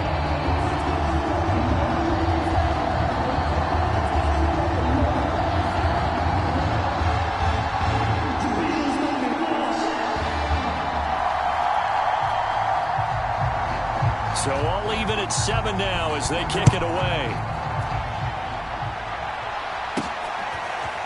Kene Nwangwu now out of his end zone. And this return will net positive as he gets past the 25 and up to the 27-yard line. The Vikings offense now heading out to take over. And they have the game here followed by the open date on their calendar next weekend. And Charles, this is a crew that you have to think really is relishing the opportunity to be on the couch for a few days. Yeah, they certainly are, but let's face it, partner. They can't get caught looking ahead to that couch time while they're playing this one. They've got to take care of business first. They'll try and start this drive in the air. Oh, the ball comes out on the hit, but they'll say it's incomplete. Well, we always talk about how you've got to be quick when you go through your progressions, and here's another prime example. Trying to look downfield, he was standing in the pocket, but just couldn't find anyone open, could he? No, not enough time. They hit him and forced that incompletion. So now 2nd and 10 after the incompletion on first down.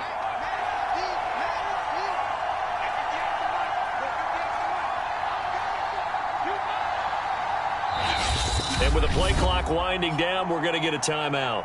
They'll have 2 remaining as we step aside here in this second quarter.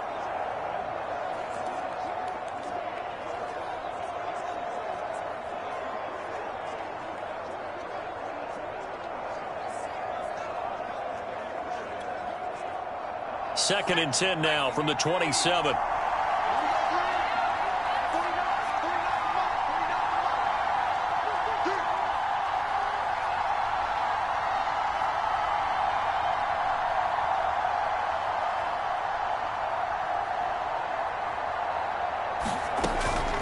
He'll look to throw. That's to Dalvin Cook, his running back. They get 6. That'll leave them with 3rd and 4. And I like the idea here. Get the ball in his hands, even if it's in the passing game. 3 catches a week ago, and he does a nice job here to pick up yardage.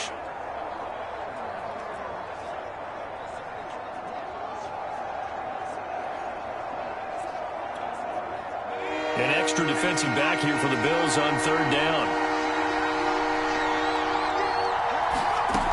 They're going to look to throw. Oh, going for Jefferson downfield. A fight for it, and this is caught. It's caught indeed. A big play there for Minnesota. There's no doubt in my mind that not many guys in this league have had the impact that he's had here in the first half of the season. He's been a big play guy from the word go and continues to be one with another one right there.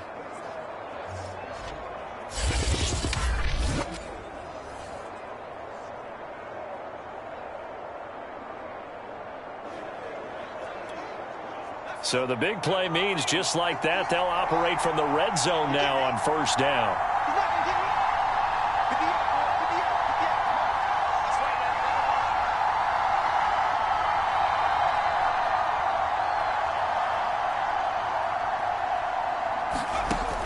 Back to throw again. This is caught. Touchdown, Vikings. Justin Jefferson with his 2nd touchdown here in this first half. And the Vikings have taken the lead.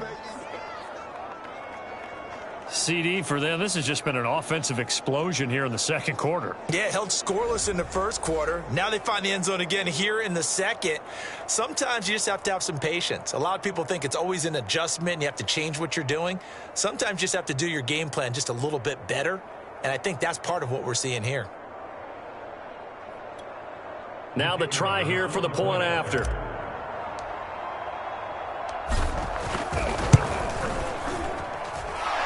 He's got it. It's now a 14-7 ball game.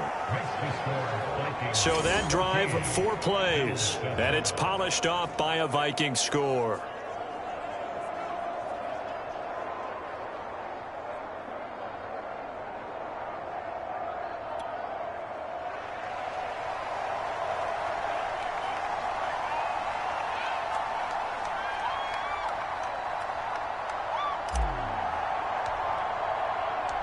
Set now to kick this one away, and off it goes. This taken in at the goal line. And not much happening on the return as he'll get this to about the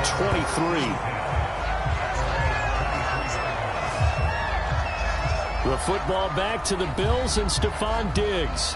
You would have to think they're going to make it more of a priority to get him the football. You're losing here in the second quarter, and he's been really quiet. I think all we have to do, and it's too bad we can't actually see the actual play sheet now from the coordinator, because he's looking down at that and saying, okay, do I put him in different spots?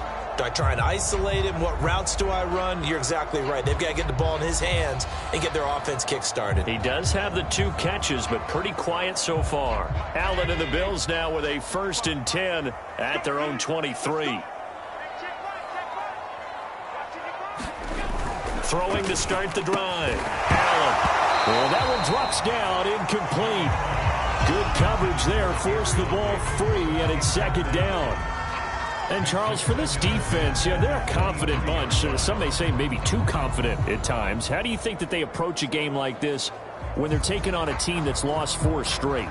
Well, if they're anything like their head coach, you know they're relying on that confidence. You and I both were sort of surprised at his weekly press conference when he was asked about this being a trap game. And he's almost boasting that he didn't see anything to worry about. That surprised both of us in a big way, because we know that can be a dangerous tactic, because I can guarantee you the guys on the other side, they heard that, and they're looking for anything to galvanize them. I think that's a big pickup for a 1st down, because when you run a drag route against zone, you're sometimes asking for trouble because you might run into a defender. Yeah, well, there they ran into a 1st down, executed it to perfection. From the 34 now, here's 1st and 10.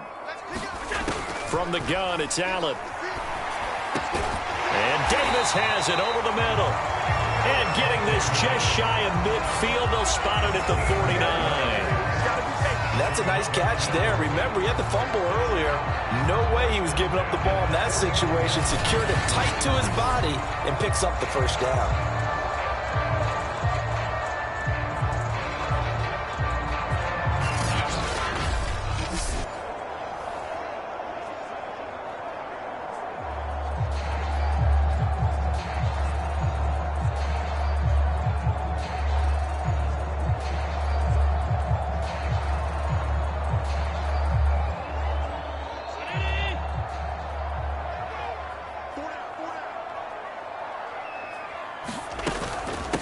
On 1st down, it's Samuels.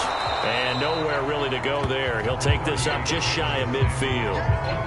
Tackle made that time by Anthony Barr. The run only got a yard. Here's 2nd and 9. Allen now looks to throw. And that'll fall incomplete. He was hit just as he let that go. And now it's 3rd down. They don't get the hook up there, but you really have to marvel at how precise he's been throwing the football these last couple weeks. Oh, that's the perfect word for it, precise. Because if you're at 70% or better 2 weeks in a row, you have a job as long as you want one in this league, won't you? I mean, let's face it, it's not just West Coast offense either. He's putting the ball downfield as well. That'll go for a gain of 7. And that's going to bring up a 4th down. A short gain that doesn't get them the 1st down brings up a 4th down situation. Really nice job defensively. They knew where the sticks were. They got the stop before it.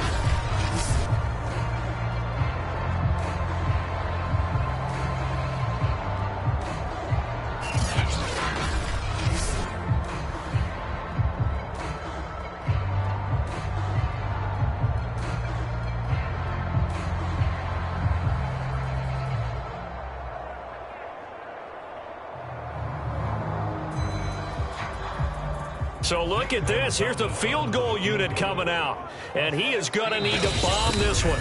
We've hit the 2-minute mark of the second quarter. 14-7.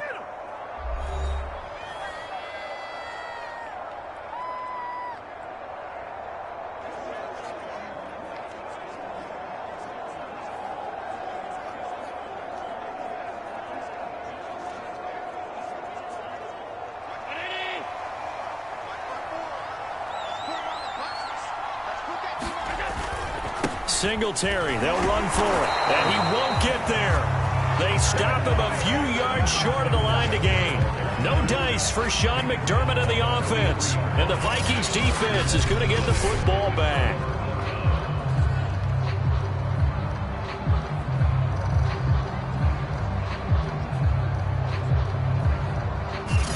Well, it was too far for a field goal try. You don't really gain a whole lot out of a punt, so I don't think you have much of a problem with that, do you? No, not at all. I think it's the right play, the exact right play, because even if you want to play defense and pin them deep, you know how hard it is for a punter to knock one dead inside the 10-yard line. That's not necessarily easily done. So I think going for it there was the right call. Steps away to his left. And a big loss here as he's taken down. Not the first down play they wanted by any stretch of the imagination. An absolutely huge loss on the sack. But that's what they have to do more of defensively. Not just getting sacks, but they have to keep getting in his face. Not let him get his feet set and deliver. He's been carving them up previously. Yeah, already has a couple of touchdown passes. About time they put a few grass stains on that jersey. Back to throw. To the right side and complete to Jefferson. And he'll be stopped up at the line of scrimmage with a flag down. Let's check on the call.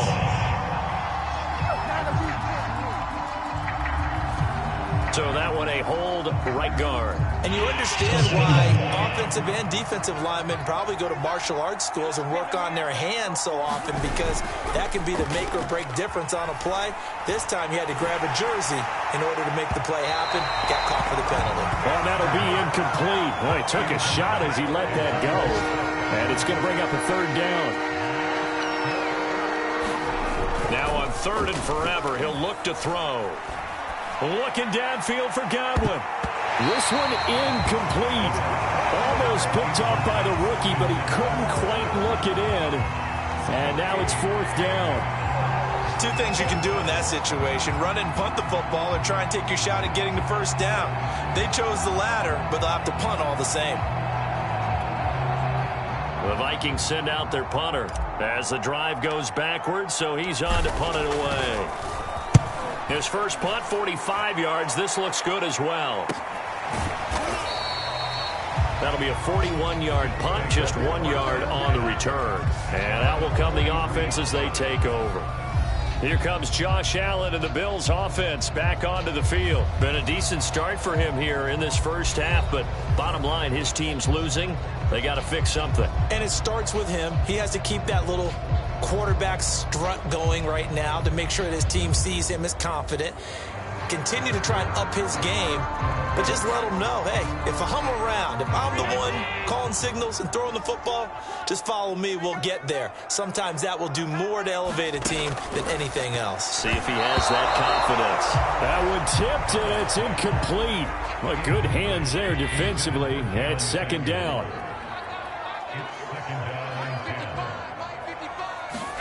Allen will try again on second down. And Diggs has it. Now the Bills are going to use the first of their timeouts, as the stoppage will come with a little under a minute to go in this first half. To throw, it's Allen. Throw right side, caught by Davis. Now the Bills will use the second of their timeouts as they get the stoppage with a little over 50 seconds to go in the first half. On first down, Allen. Right back to Davis. It's complete. No gain there on the completion. 2nd and 10. They like going to him in the slot. He catches another one. I think this comes under the heading of, until they stop him, why not go back to it? He has something going really well. Great working relationship with the guy throwing the ball, and they keep making the connection.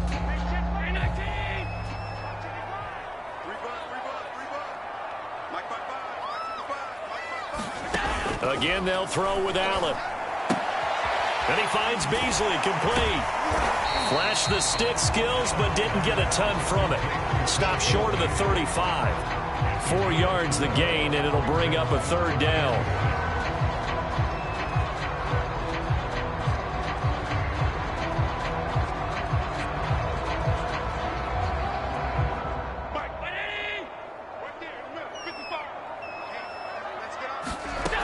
Working out of the shotgun. Here's Allen. That went into the hands of his tailback, Samuels.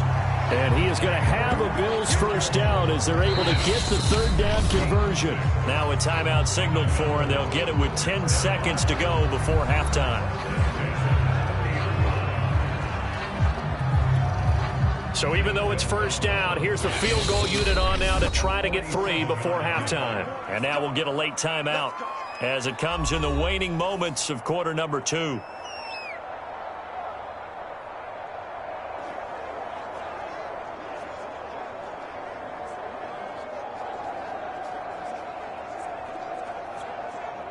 And now the field goal team on for Buffalo. It'll come from the right hash. It's a 47-yard attempt. Gonzalez's kick is good. And they'll cut the lead back down to 4 now at 14-10.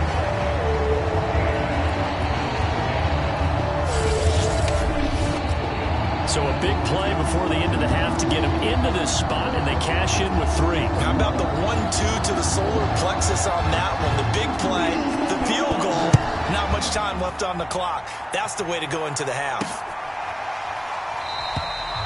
And not wanting to risk anything here late in the half, he'll just take a knee, and they'll bring the football out to the 25.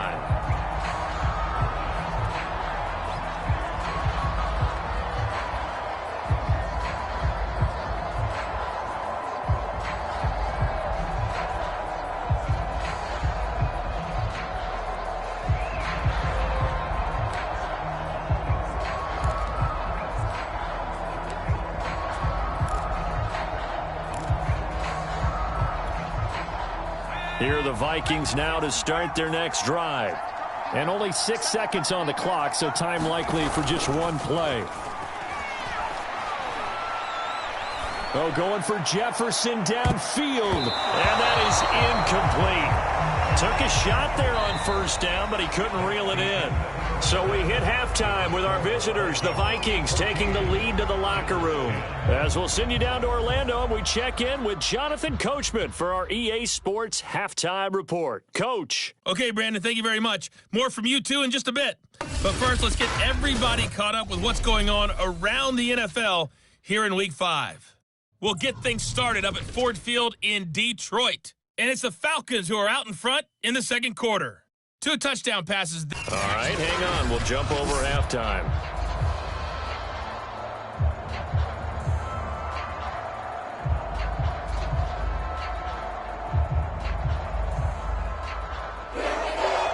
The Vikings have to like their position. They've got the lead. They get this football as well as we are back and underway for the second half.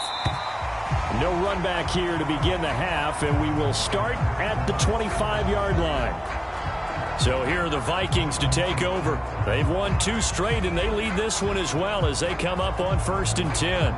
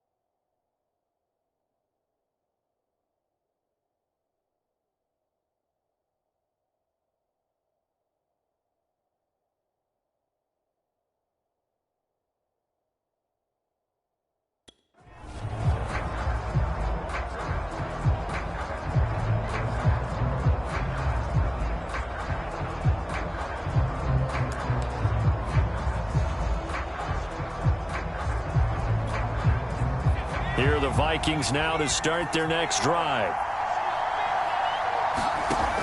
They'll come out throwing here to start the drive. And that's complete. It's Chris Godwin. And they work this well upfield across the 45. As they began this drive, I was wondering how they were going to attack since they're playing with the lead. Would they continue to try and push the ball downfield? Well, after one play, it appears that the answer is yes. A big hitter to start the drive has him up near midfield here for 1st and 10.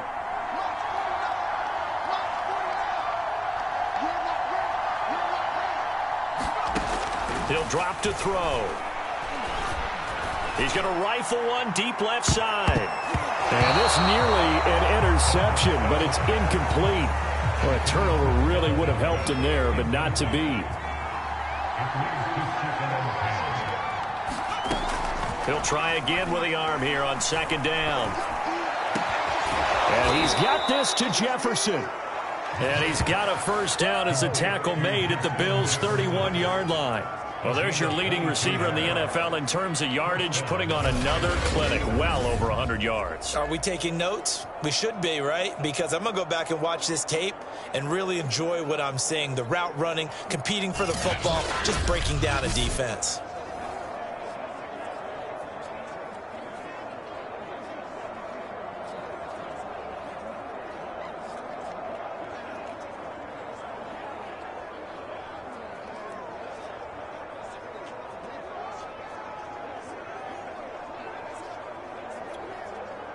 So 1st and 10 now in Buffalo territory, down at the 31.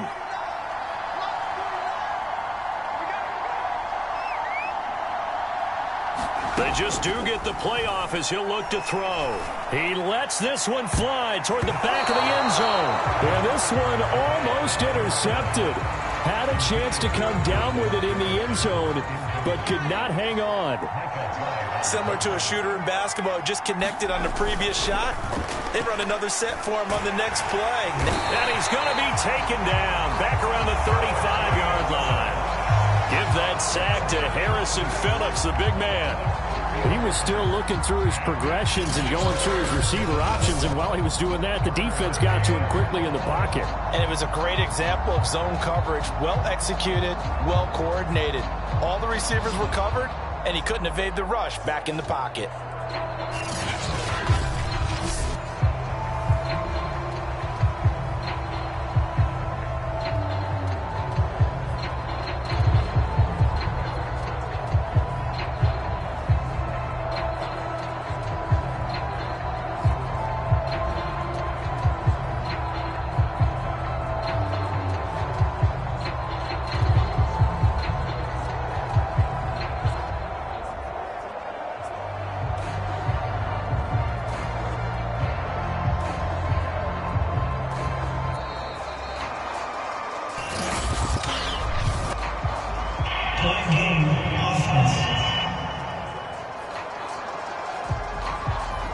So that'll back them up 5.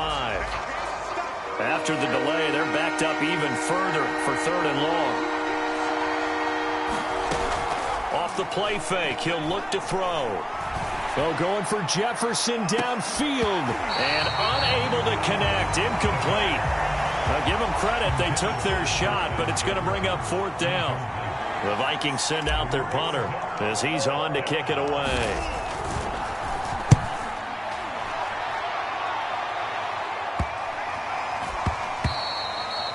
And this one hits at the 1, continues on into the end zone for a touchback.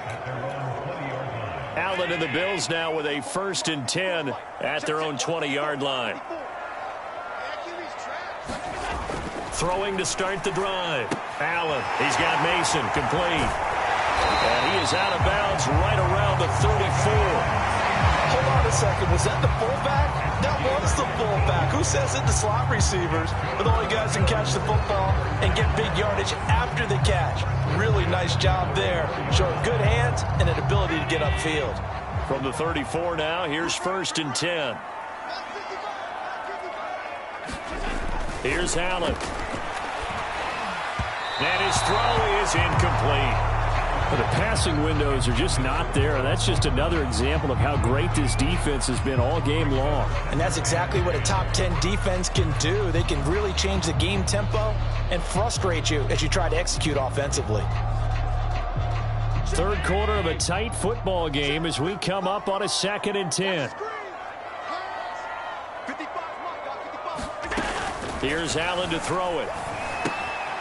Finding his safety valve here. That's complete. And he'll get it out near the 40 to the 39. 5 yards. Now it's 3rd and 5. that might feel like a little bit of a lost opportunity there for the offense because the defense brought pressure that time. And sometimes against that, you can get out to your running back, and it can turn into a big gain downfield. But what a nice job they did getting to him quickly and holding him to a short gain. Allen from the gun on third down. They'll find Gabriel Davis. And he is going to have a Bills first down. They needed 5 there on third down. He winds up getting 7. Going old reliable there to the slot on third down. And the slot position has become the bane of just about every defense's existence because how do you cover? Do you go with a bigger guy to try and use size?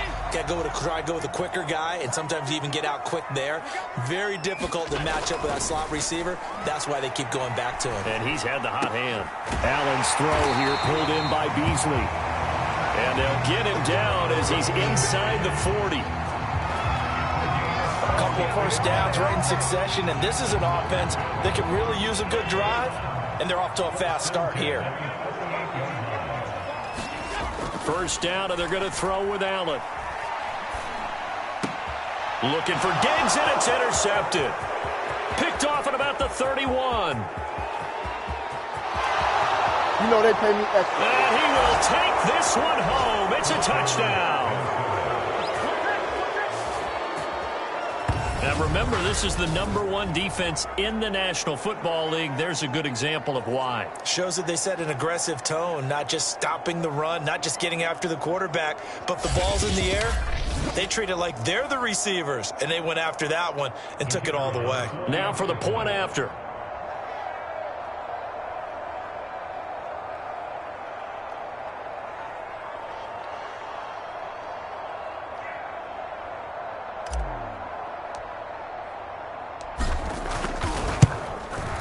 It's good, and it's 21-10.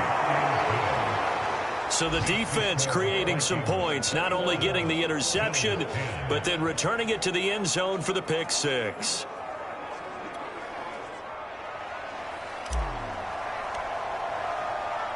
So they'll get another shot on offense following that pick six, and now the kick is away. Fielded just outside the goal line. And they'll start this drive just across the 30. Pretty nice work on the return. Buffalo set to get the football back here.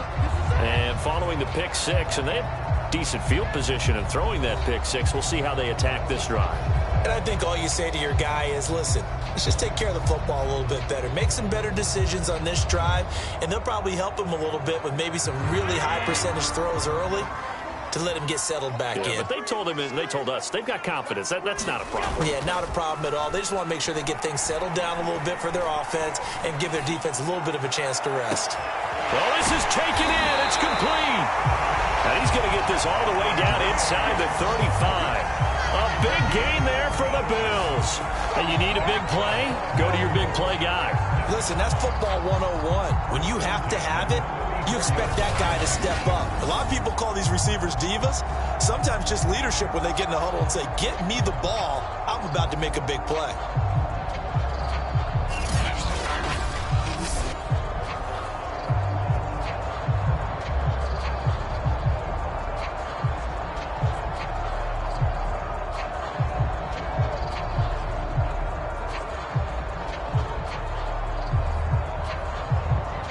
So the big play changes the complexion of things. Here's 1st and 10 just outside the 30.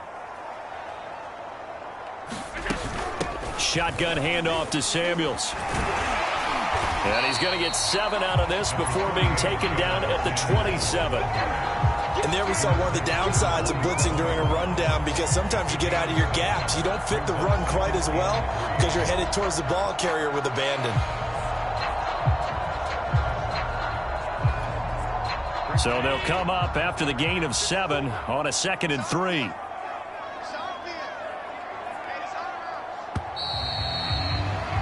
And that is going to do it for this 3rd quarter of action. This is the National Football League on EA Sports.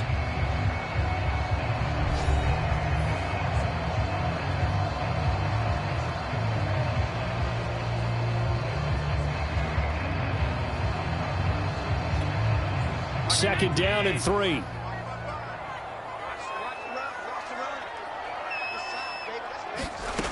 Now Allen.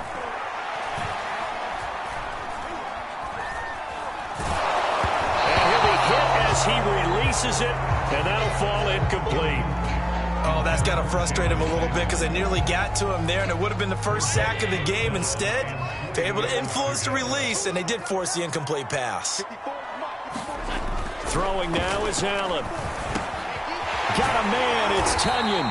And he is going to have a Bills first down. They needed 3. He doubled that. He got 6. Now, after the completion, we're going to get a timeout, an injured player. We'll check on his status when we return to Orchard Park.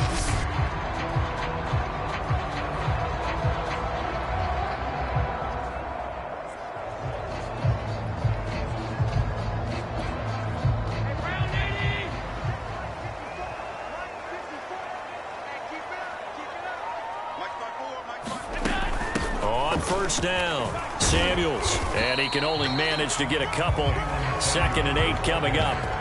This is what happens sometimes when you abandon the running game. It's hard to get back to it because once guys get out of that mentality of firing out and hitting people, hard to get them started again occasionally. 2nd and 8 coming from the 19.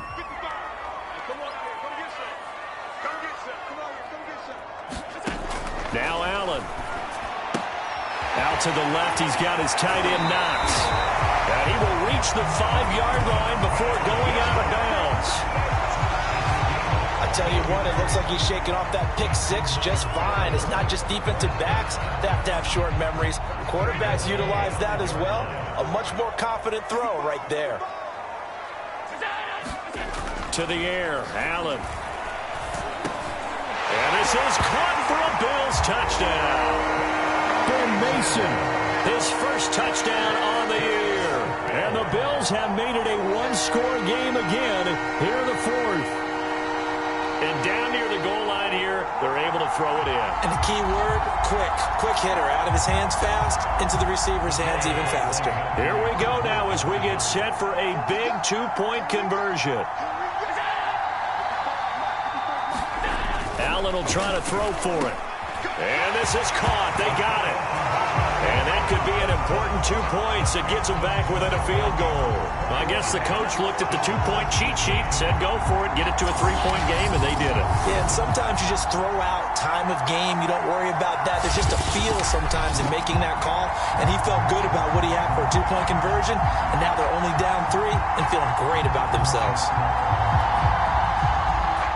The kickoff team on the field now as they will send this one away. Fielded just outside the goal line. And able to take it past the 25 and up to the 28-yard line. The Vikings offense now, they get ready to head back on the field. They're holding on right now to that slim advantage in a one-score game. And you hear a lot about 2-minute offense and 4-minute offense. Obviously, the 4-minute offense applies here. How do they run that effectively? Yeah, really what the 4-minute offense is you're just trying to grind the clock. So you want consistent gains, steady gains. Doesn't have to be big plays, but it has to be plays that gets first downs and keeps the ball away from your opponent. But certainly throwing the ball is in the mix here. It certainly is. Just make sure that you're careful with it. And again, get those first downs, keep possession of the football. I'm guessing you'd say this is kind of the key here. Grind out some yardage, work on that clock, see if you can continue to tick it down. Definitely. You want to bleed things out at this point, right? Continue to possess the football, gain some yardage, and put the onus on the defense. Do they have to use timeouts? What are they going to do to stop you? You're taking charge. And that'll be knocked away. It's incomplete. Boy, the numbers throwing the football just not trending in the right direction. Last week he was under 50%. He's under 50% again here. And we haven't gotten an announcement, but it appears to me that he might be a little dinged up and is just trying to play through. You know, he's one of those tough guys that wants to answer the bell each and every play for his team. That might be throwing off his accuracy. All that gets him is just a yard, and now it's 3rd down.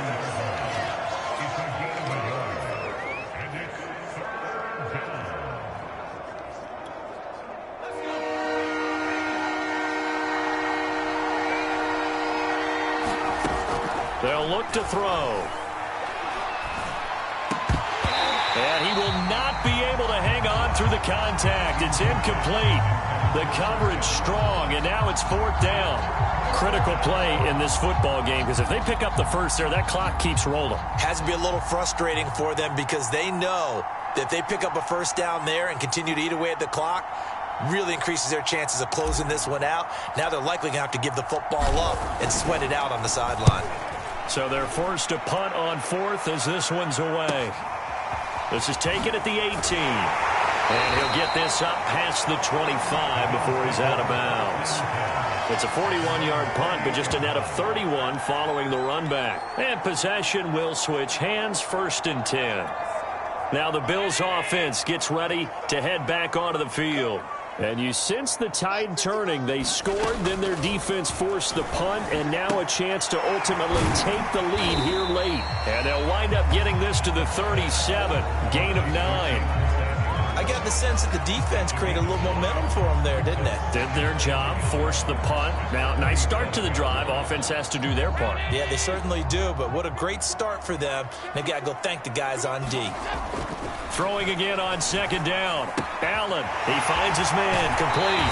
It's Mason. And he'll be out of bounds, but able to get it up past the 45. Good, sure hands there from a guy not accustomed to catching a whole lot of passes. But how about the way he was able to pull that one in and pick up good yardage? Meanwhile, Allen's throw taken in by Diggs. And he's able to get this one down to the 40-yard line. 12 yards on back-to-back plays there, and that's another 1st down. Well, that certainly has to feel good. It's not all the time that the play caller should get all the credit. Sometimes I think in the huddle, the quarterback just says, hey, who's going to make a play for me? I just need something right here. And the end result there, nice 1st down. Drive keeps moving. Here's Allen on 1st and 10. And this one caught by Beasley. And he'll go out of bounds after taking it a little further down inside the 40. 3 yards the gain there, 2nd down. An ex-teammate used to tell me all the time, I hate experienced quarterbacks because no matter what, you really can't hide what you're doing. And I think that right there, he knew right away where the blitz was coming from, where his primary guy was going to be, and he ended up going to a secondary target for a nice game. I was just going to ask you, that wasn't the primary target, and he's so good at that, isn't he? I think he knew right away that he wasn't going to get to his primary guy. I think he read that as soon as he got to the line of scrimmage, knew where the pressure was going to come from, and said, I know how to beat that, and that's what he did.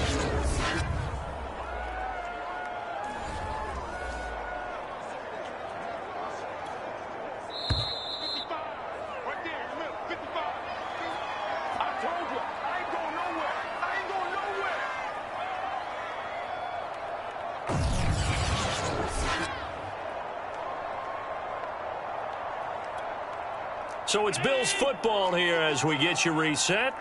They face a critical 3rd down now, needing a score here in the late going. Allen finding Knox there, complete. And he'll go out of bounds after taking it a little further down inside the 40. Just a 5-yard pickup, and it leads to 4th down.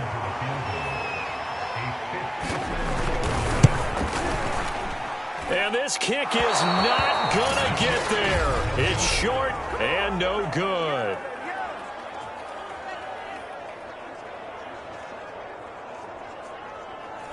A 4th quarter miss like that, there is no lonelier feeling than that kicker right now. As we all know, a lot of these games, they come down to special teams. And when that chance comes, you have to perform in order to help your team get over the top. Could have tied it. Instead, they remain down 3. And taking it across midfield and inside the 45.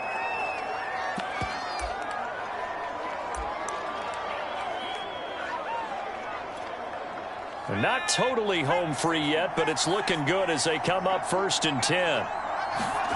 That one looks like he'll throw here. And that is incomplete. Oh, the coverage a little too good there, and it's 2nd down. So much for the best laid plans and best designed plays. That was good coverage along the sidelines. No place for that one to get in there. It sails incomplete.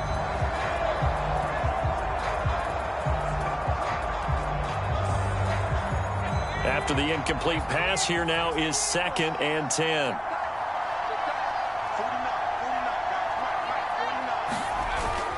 On play action, they'll throw. And he can't get a throw away. He's taken down. Now the Bills are going to use the first of their timeouts as they'll head to the sideline and talk over what to do next.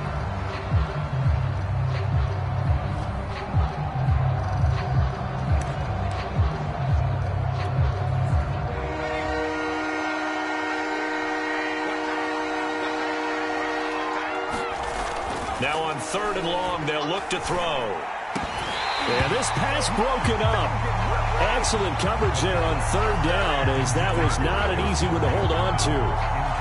From a defensive perspective, they had exactly what you want anytime they want to throw the football. There was pressure on the quarterback. They were getting after him, and they tightened down on the receivers and forced the incompletion. The Vikings send out their punter as he's on for the 5th time here today. And he deserves a bronze leg as he gets this one away. And that one hits at the 7, but bounds into the end zone, and that'll be a touchback. Allen and the Bills now down 21-18, less than 90 seconds to go. Now their losing streak in danger of continuing as they come up on 1st down.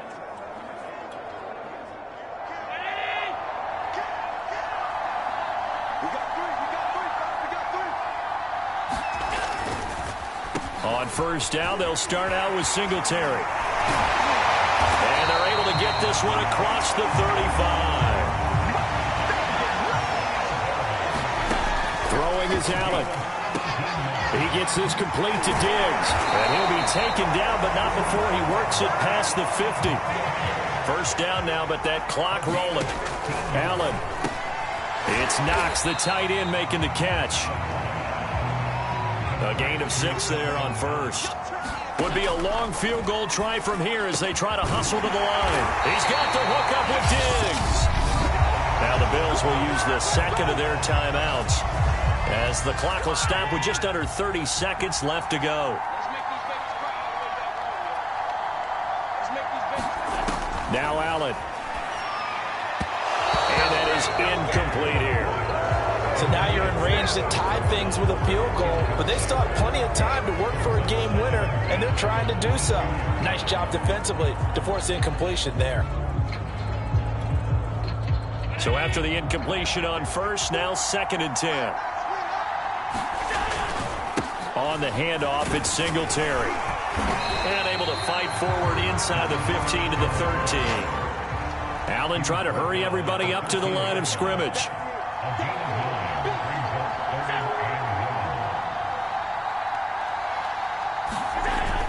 Singletary again, and he's going to have just a couple here with a marker on the field as well.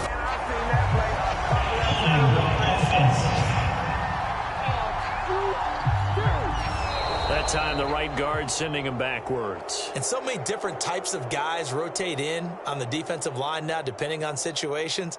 You can get the bulky guy, the fast guy. No matter what, though, you can't hold them. Well, partner, still a head-scratcher to me how this one ended, down 3. I just thought, no matter the situation, you're in a spot where you can kick that field goal, go to overtime. Why not do it? And this is where I think the analytics guys are going to continue to get more and more traction in the league. We've talked about different people now saying, I need a game management coach, someone in the booth to take the emotion out of it. Did they lose track of where they were on the clock, right? Did it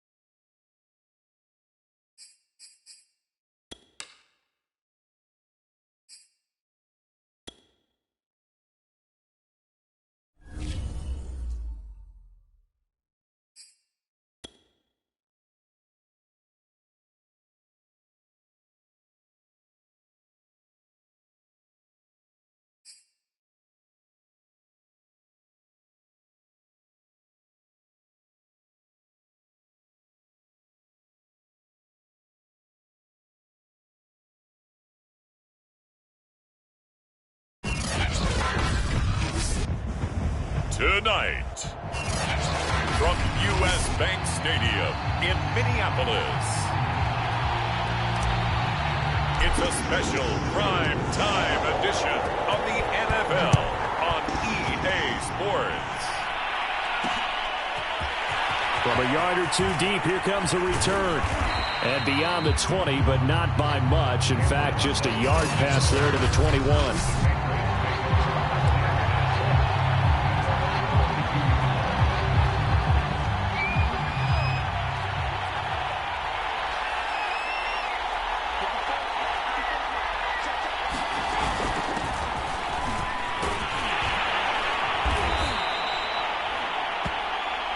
A look at the numbers for Harris in last week's game. Pretty good as he found himself in the end zone on 2 separate occasions. And those are the most important numbers because no matter what you pile up prior to the goal line, getting in is all that matters. Putting those numbers up on the board, and they love them when they're 6s. And he will lose yardage here back at the 23-yard line. Now whistles and a timeout. Looks like we've got a Viking slow to get up. While the training staff takes a peek, we'll take a break.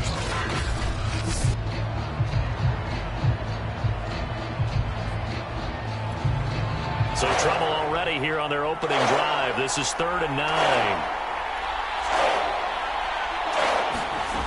Now Jones. Oh, into a sea of defenders and intercepted. Picked off by Jason Barrett. And it's a terrific return here as he's going to have him set up with a 1st and goal right at about the 6-yard line. Suddenly it's 1st and goal after the interception. A quick change in the situation here. Back to throw here. Fighting through pressure. And they're going to get to him. A sack. Sacked back at the 9-yard line. Now from the 9, here's 2nd and goal. Oh, he didn't spike it. He faked it. And pressure coming, and they got him once again. Kyle Duggar in there to drop him. It sacks on 1st and 2nd downs. Now leads to a 3rd and long. They'll set up to throw. That is caught. It's Chris Godwin. A big play, but still not enough. Leads to a 4th and goal. And that big gain may just change the thought process here on 4th down. I think in the red zone, they might now consider going for it on 4th down. And this one is right through. And the Vikings have a 3-0 lead. In the end, the opening drive, Charles, does yield points. Maybe not the touchdown that they wanted, though. Yeah, but bottom line, they wanted to get something out of that drive, and they did that. 3 points, they won't turn that down at all. And this will not be brought out. It's a touchback. Here comes Mac Jones and the rest of the Patriot offense. And he comes out on the heels of an interception he threw last time they had the ball. Yeah, and you know, the quarterbacks that I know that are the best ones, the ones that really know how to lead their team, they tell them, that's on me. That's my bad. But let's go back out there and move ahead again, guys. We can get this done. One good thing for him, it did only lead to 3 points and not a touchdown after that turnover. Big thanks to the defense. Here's 2nd and 7 now from the 28. This defense for the Vikings, they were very good in the win over Dallas a week ago. And no matter what's done throughout a ball game, it always comes back to blocking and tackling. That's the essence of football. But I think it's hard for people to understand just how difficult it is to tackle, especially open field. Very few missed tackles on tape that I saw last game. This team does a nice job of getting their opponents on the ground. Throwing Jones. That was sailed a bit, but the catch is still made. And he will have a Patriots 1st down as they're able to get the 3rd down conversion.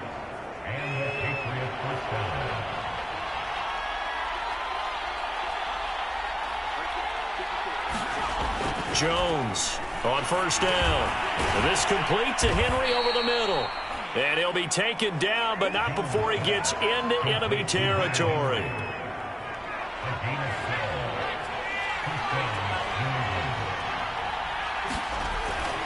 Now a 1st down carry for Harris. A gain of 3, 2nd down. Give credit to the defense for stringing that play out, and they gave up no cutback angle. You know he was trying to dart through. No place for him to go. A nice job there, only giving up a 3-yard gain.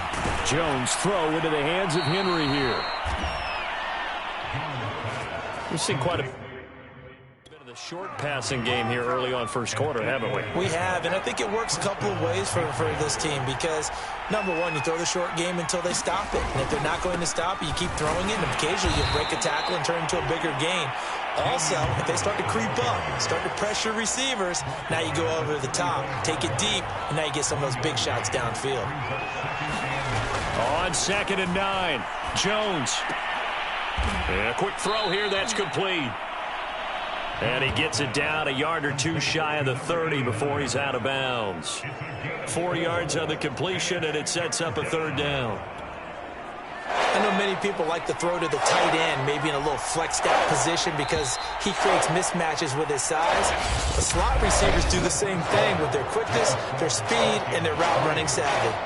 Start of the 2nd quarter, and it's the Patriots in control of the football as they've got it with a 3rd down coming up.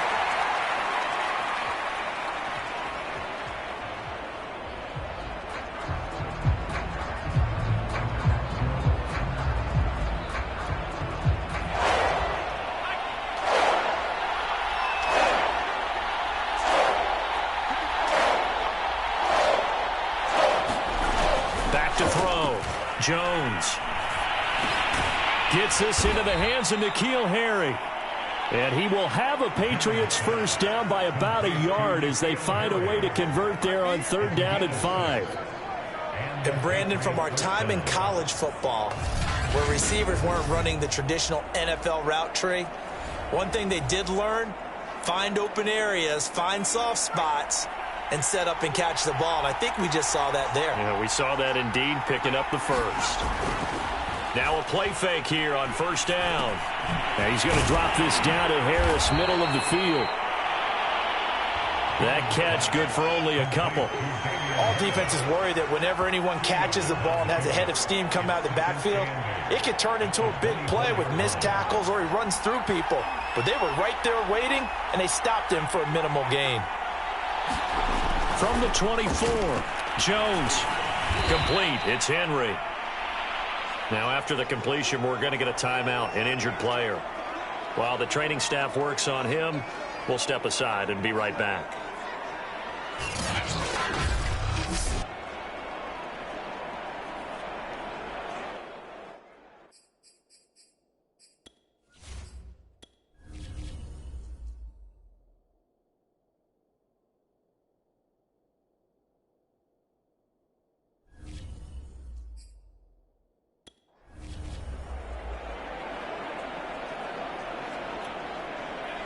Offense on 3rd down today, they've been okay. 2 for 3 thus far. They're looking at 3rd and a few inches. Back to throw again. Right back to Henry, and Henry's got it again. And the Patriots are going to be set up with a 1st and goal as they get the conversion there on 3rd and inches. And in a lot of ways, that catch is expected. Red zone presence. And that one was realized there. You've got to find your tight end in that situation. Now he's over the line and into the end zone for a Patriots score. Damian Harris hitting double digits with his 10th touchdown of the season. And the Patriots have taken the lead.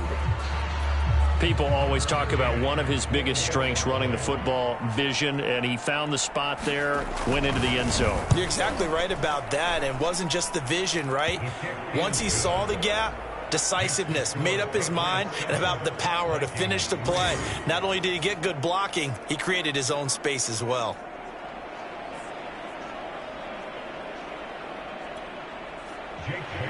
Bailey now to kick it away after the touchdown.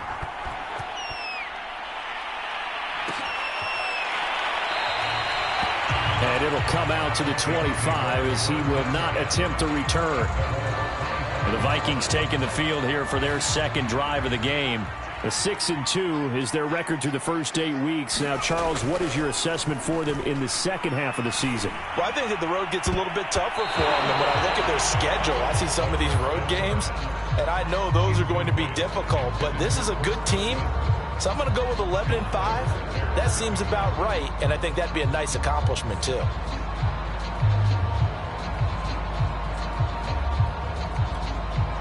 So the incompletion, and now it's 2nd and 10, again from the 25-yard line.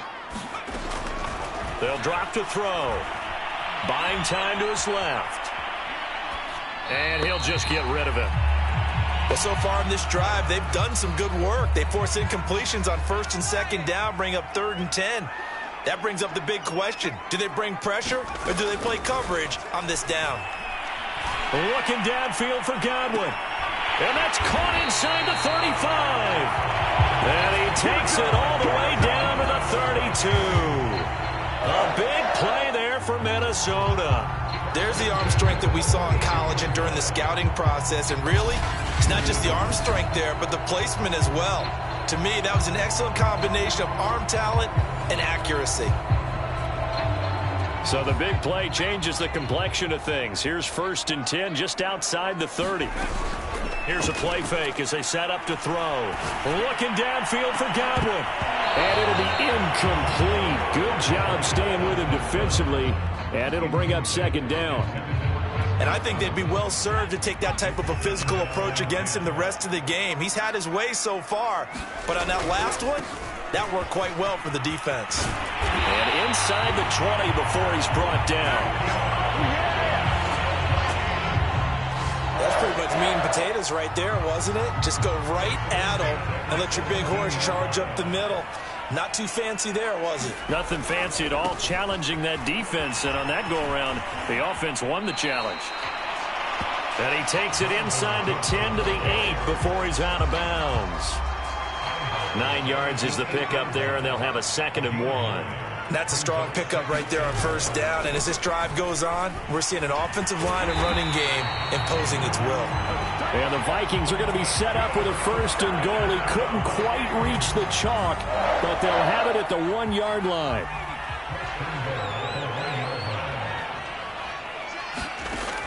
Now they'll switch it up here and look to throw. Dancing to his left. And he will score. Touchdown, Vikings.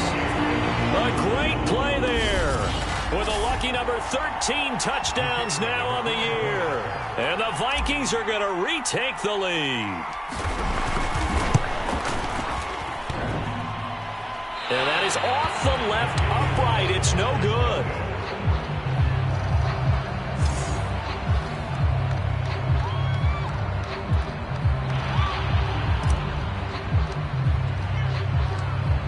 Now he's back out there to boom this one away, maybe with some frustration after the PAT miss. From a couple yards deep, he'll bring it out of the end zone. And a good return as he'll be stopped just shy of the 30-yard line. 1:57 to go in this first half on EA Sports. The Pats at the line ready to go. And, you know, it's certainly a lot of football left to play. We're not into December yet, but right now where we stand, they're in first place in their division, looking really good and looking to be a threat come January. And are you one of those early holiday shoppers, partner? Are you one of those guys get your list done? Because I think about what every team has on their holiday shopping list right now. What's the number 1 goal? Make the playoffs. Number 2, win your division. Three, and I think the biggest goal of all, try to get the number 1 seed so you get that first-round bye and ensure you don't have to go anywhere in January and hopefully get to the Super Bowl that way. And they'll get him down as he's inside the 40.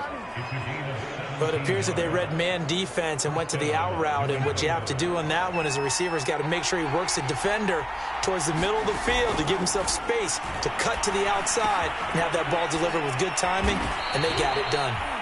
And able to break one tackle, but then quickly brought down. But a nice little gain. The goal for any offense versus a zone defense, find the holes where guys are available and put the ball on the receiver before any defender can step up and fill it. They did it well there. Perfectly executed crossing route. in need of only about the length of the football here on second down. They'll stick with the passing game as he looks to throw. That swung out wide to Harris. And this is going to turn into another first down as the tackle is made at the Vikings 18. Now the Patriots will use the second of their timeouts as the clock shows 50 seconds to play here in half number 1.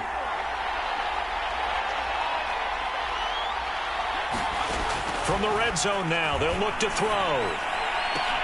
And it's caught. And the Patriots are going to have first and goal as they try to finish off this drive with 6 points. And this has been a nice answer to the touchdown drive against them a few minutes ago because they've come out and reestablished the tempo. A nice throw there, and they're putting together a very strong... And he'll take it into the end zone for a Patriot touchdown. Damian Harris with his second touchdown here in this first half. And the Patriots have retaken the lead. Extra point by McCann, up and good. And the lead is up to 5.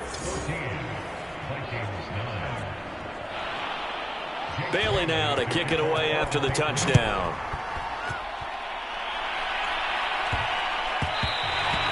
And they'll let that one go as it skips through the back of the end zone for a touchback. And the Vikings going to take over here one more time before the half. And we'll see how they want to play this. Just a little over 20 seconds to go. They'll come out throwing here to start the drive. He'll rifle this one deep right side. And a high throw there as this is knocked away, down to the ground and incomplete. But no kneeling for them. They decided they weren't going to run out the clock. They decided to take their shot downfield, hoping to either make a connection or a pass interference call. They wanted more points to put on the board. It's complete. He's got Gronk. And not much to speak of. Call it a 1-yard gain up to the 26. An extra corner comes on now for the Patriots D on third down. He'll look to throw. Incomplete. And we're down to 8 seconds now. More problems here on third down. They've converted only once so far in this first half. And you know as well as I do in this league, if you don't win on third down, it makes it hard to win a ball game because then you're relying on your defense, you're relying on your special teams. You've got to get it done with your offensive unit. They're going to try and throw. And that is incomplete, but there is a flag. And on fourth down, this is a big call.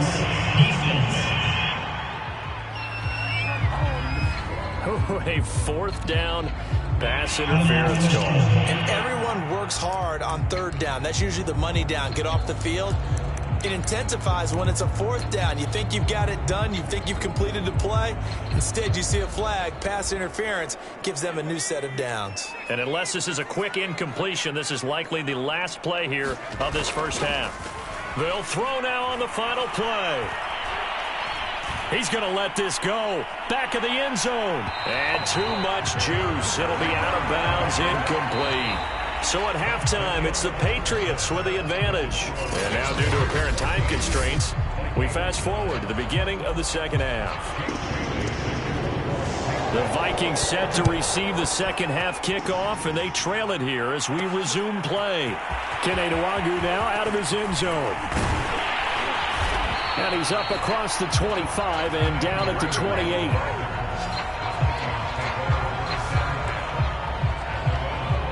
And the Vikings set to go on offense to begin the third quarter. And they're still very much in this game, although they do trail. What's the game plan, Charles, for the second half? It might be a little counterintuitive because most people will think losing equals passing the ball more, but I'd establish the running game. They kind of went away from it in the first half. I think if they get back in balance, it'll help them when they put the ball back in the air. And that was a fun one to watch right there. A nice in-breaking route and plenty of room in the middle of the field. And he was able to get behind the linebackers and grab the completion for a really good pickup. Looking downfield for Godwin. Got a man, it's caught inside the 10. Now he gets this deep into Patriot territory. A big play there for Minnesota. The chain gang hustling to catch up. Here's first and goal from just inside the 10. Now back to throw.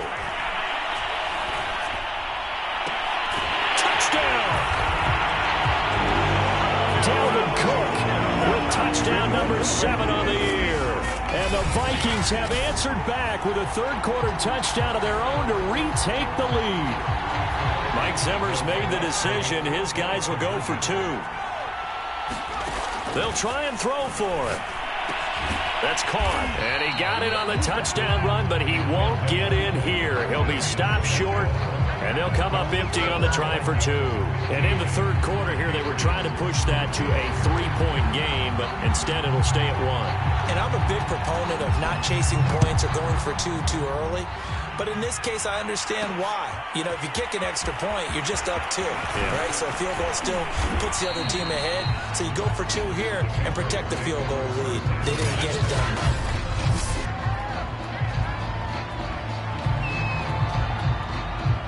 The Pats at the line, ready to go. And they'll be working from behind now following the touchdown a moment ago on the opening drive of the half. I think the guys right now, as they go out on offense, they're zeroing in on one big key. They don't have to do anything differently just because they're down on the scoreboard now. The intent, still the same in what they plan to do on offense. Nothing fancy on first down, but a very consistent type of a play. Hit that slant. A lot of people call it an extension of the running game, and it can be if that pass is completed, because you hit a guy on the run like that, he often can go for big yardage. Sets him up nicely for second down, staying ahead of schedule. And yet again, he stopped behind the line of scrimmage. Great job by this Vikings defense. Would have figured after the 9-yard run on the previous play, getting 1 more yard wouldn't have been much of a problem. But apparently it was, and now it's third down. From the gun on third down, Jones got his man complete over the middle. It's Henry. And he'll be taken down, but not before they work it across midfield. Normally on third down and short yardage, you're thinking to throw to your tight end. It's just going to be a simple chain mover. But this time they let him roam down the field, and a nice dart picks up the first down and then some. They go play action here on first down. It's brought in by Harris. And he'll get it down here to the 43. They'll contain him to just 4. Second down. I know it was a gain, but you have to sense probably a little bit of disappointment there, because when it's out there in open space, I think they expect to get more out of a play, don't you? Especially when you're getting it to your guy out of the backfield. You're expecting him to be able to create something, be a little more shifty. Yeah, no doubt about it. Good open field tackling held it to an okay gain. Another catch for him there on this drive, Brandon, and it looks like they're going to utilize him out of the backfield any way they can. And that time they pick up a first down. So now on defense, do you assign a man to him and try and cover him before he gets going? And down inside the 15 he goes.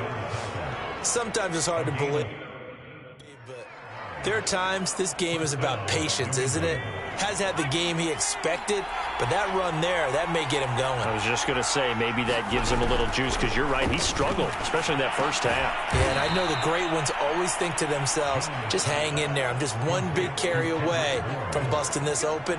That's a good start for him.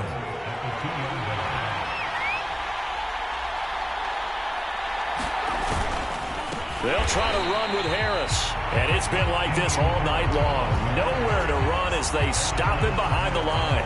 That's going to go as a loss of 2, and it'll be second down. They all understand that even after that loss on first down, they've got a field goal attempt in their back pocket. But here on second and goal, this is the time you take your shot at the end zone, I believe. Go ahead and go for the big shot right now, knowing you can always come back and kick a field goal on fourth down if you can't advance. And it's been like this all night long. Nowhere to run as they stop him behind the line. This will be a loss of 3, and now a much tougher third down looming.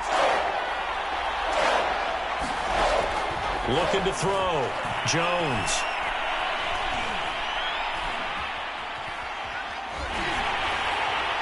And that one not to be. It's incomplete. So they couldn't hook up as time is now run out on this third quarter of play. 1 quarter remains here as we wrap up the week on a Monday night. We'll return with more after this. You're watching the NFL on EA Sports. McCann's kick up and good. And with that, they will move ahead by 2 here in the fourth. Well, he was a spectator for much of this game. This is his first field goal opportunity of the entire contest, but he's able to connect. Yeah, he had a pretty good seat to this one, didn't he? But let's face it, all kickers that you and I know, they want to contribute. They want their opportunity, and he seized his. Minnesota's offense takes over possession, and now they find themselves trailing following the field goal. Still a good amount of time in this fourth quarter, but this drive very well could determine the outcome of this ball game. And now the drive starts with a completion out to the right. And he goes out of bounds just shy of the 45. Every now and then I can speak from experience because I do know, as a defender, it is awfully hard to stay with your man on these crossing routes because even if you don't get picked, there's a danger of being picked either by one of their receivers or maybe by your own defender. And on that play, that worked quite well.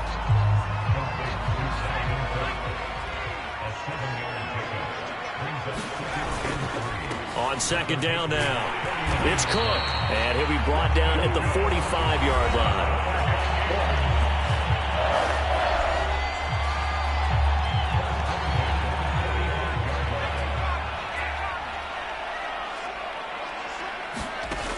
On first down, he'll drop to throw. He gets this one into the hands of Dalvin Cook. And able to break one tackle, but then quickly brought down, but a nice little gain.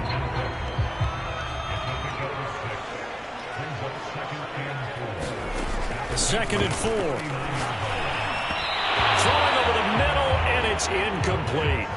You could tell they wanted to get that ball downfield, but they had nothing working in the secondary, so he dropped it off to the running back.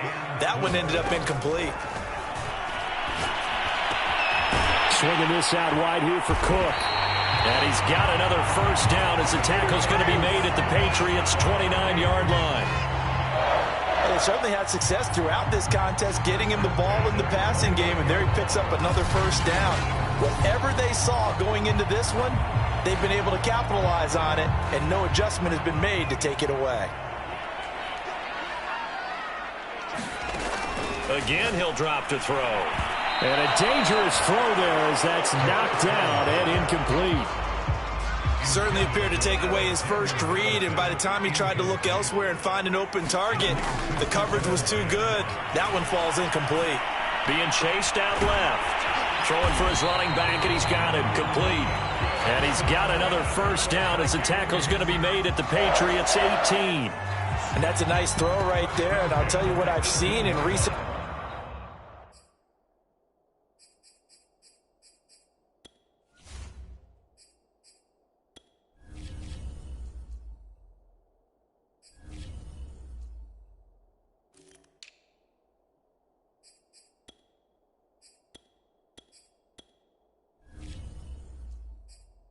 times and actually watched a presentation in the offseason from a college offensive coordinator that showed about 10 different drills that he runs with his quarterbacks to show them how to get out of the pocket, how to get comfortable when they're doing so, and to make plays under that type of duress.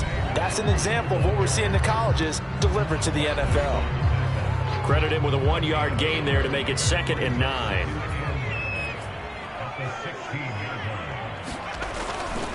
Another run now for Nwangu. And this time they were waiting for him as he'll be knocked down before he can get back to the line of scrimmage. It's a loss of a yard, so it's back to 3rd and 10. 2 minutes remain, and that's our score differential as well. 2 points here in the fourth quarter. So the Vikings in possession of the football as we get you reset. They've got a 3rd down, but they are in field goal range already. And he'll be...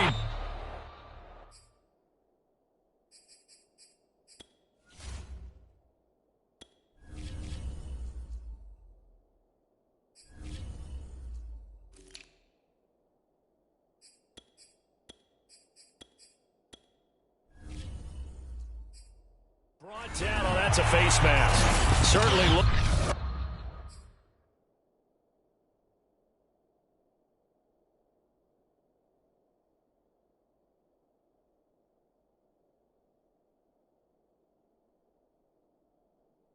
like it indeed. Here come the flags. Face mask. Defense. Hey, do it. Hey, let's do the flag. Well, when you get an elite running back like he is, sometimes you've got to employ the by any means necessary method to get him down. Yeah, sometimes you're relieved even if a flag comes out. But if you just get the hand up and you get it on the mask, you can kind of get away with that. But as soon as you curl it around a finger or the hand, that's pretty easy for everyone to see, and they'll call that one every time. They'll run for it with Cook. That's going to wind up a loss of a full 3 yards on first down. Partner, you've got about 20 coaches on your payroll, but there's 60,000 of them in the stands. I don't think any of them like that play. And the later we go, it's starting to sound like 100,000 in here.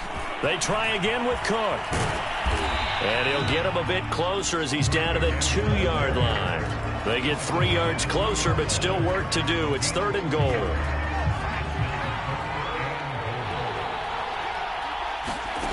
He'll look to throw. And did he break the plane? Yes, he did. Touchdown. Dalvin Cook with his 2nd touchdown of the game, number 8 on the season. And the Vikings have taken the lead here in the 4th quarter. Those are the types of plays in these moments they were hoping for from this young rookie, able to put him up here in the 4th quarter. How about the kid? You just mentioned it, the 4th quarter. This is when you have to make those winning plays. That's what he just did. Doesn't ensure anything, but he certainly gave his team a heck of a chance, didn't he? So they're able to throw it in for the 2-point conversion. Sometimes that can be a risky play, but they got it. Yeah, you always have to be careful here because if you do get it intercepted, it's returned by the defense. That's 2 points for them, but he identified an open target and put it right on him. The kickoff unit is out on the field, and they will send this one away. And here comes a return from just beyond the goal line. And ultimately cannot get this out to the 25-yard line as he's dropped at the 23. So now Jones and the Patriots down 23-17. 1:09 to play. How will this thing pan out? We'll watch as they come up on first down. Now Jones. And he's got his man on the out route. Now the Patriots moving quickly, hustling up to the line. To throw is Jones. Toward the right sideline, but it's incomplete. Now we're in the situation where the quarterback's got to take full charge of his huddle. Got to totally command it, make sure all eyes are on him. All focus is locked in. Going to call multiple plays and go over different situations and scenarios to make sure everyone is on the same page. Here's Jones. He's going to let it fly. And got his man complete. Now he's going to get this all the way down inside the 35. Now the Patriots going to use one of their timeouts as they'll stop the clock with 24 seconds to go in the game. From the 34 now, here's 1st and 10. Jones. He gets it complete to Harris. The completion, but they go in the wrong direction. A loss of yards, and now they're dealing with a 2nd and long.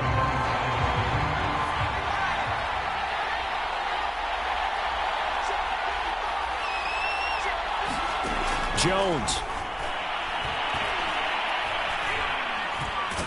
And he can't get a throw off. He's taken down. What a huge play at this point in the game. Work now for Jones and the Patriots here after the sack. It's 3rd and long. Back to throw. A fight for the football, and it's intercepted. It's Cameron Dantzler who picks it. And the Vikings have just about sewn up this football game. CD, I know it's just his 2nd year in the league as a quarterback, but that's going to be one when he flips on the tape. He's like, I shouldn't have thrown that ball. No doubt about it, and his coaching staff will be emphatic about he shouldn't have thrown that ball. But remember, 2nd year, as you noted, on-the-job training, so he's got to take this feedback that he's getting, negative or otherwise, and turn it into positives moving forward. So the final seconds have ticked away in this Minnesota victory. And it was their defense that led the way, allowing just 3 points, that lone field goal in the entire second half. And remember the old adage, offense sells tickets. Defense does what? wins championships. And in this game, maybe a championship wasn't won, but a game was by the defense, right? Held them to just a field goal. That's a heck of a job. I mean, when they went out there with that determination and a pretty good game plan, pretty good idea what they wanted to accomplish, just love the execution, love the tenacity, love the way they finished. So for the Vikings, the win will move them to 7-2 now on the year. And they'll have another home.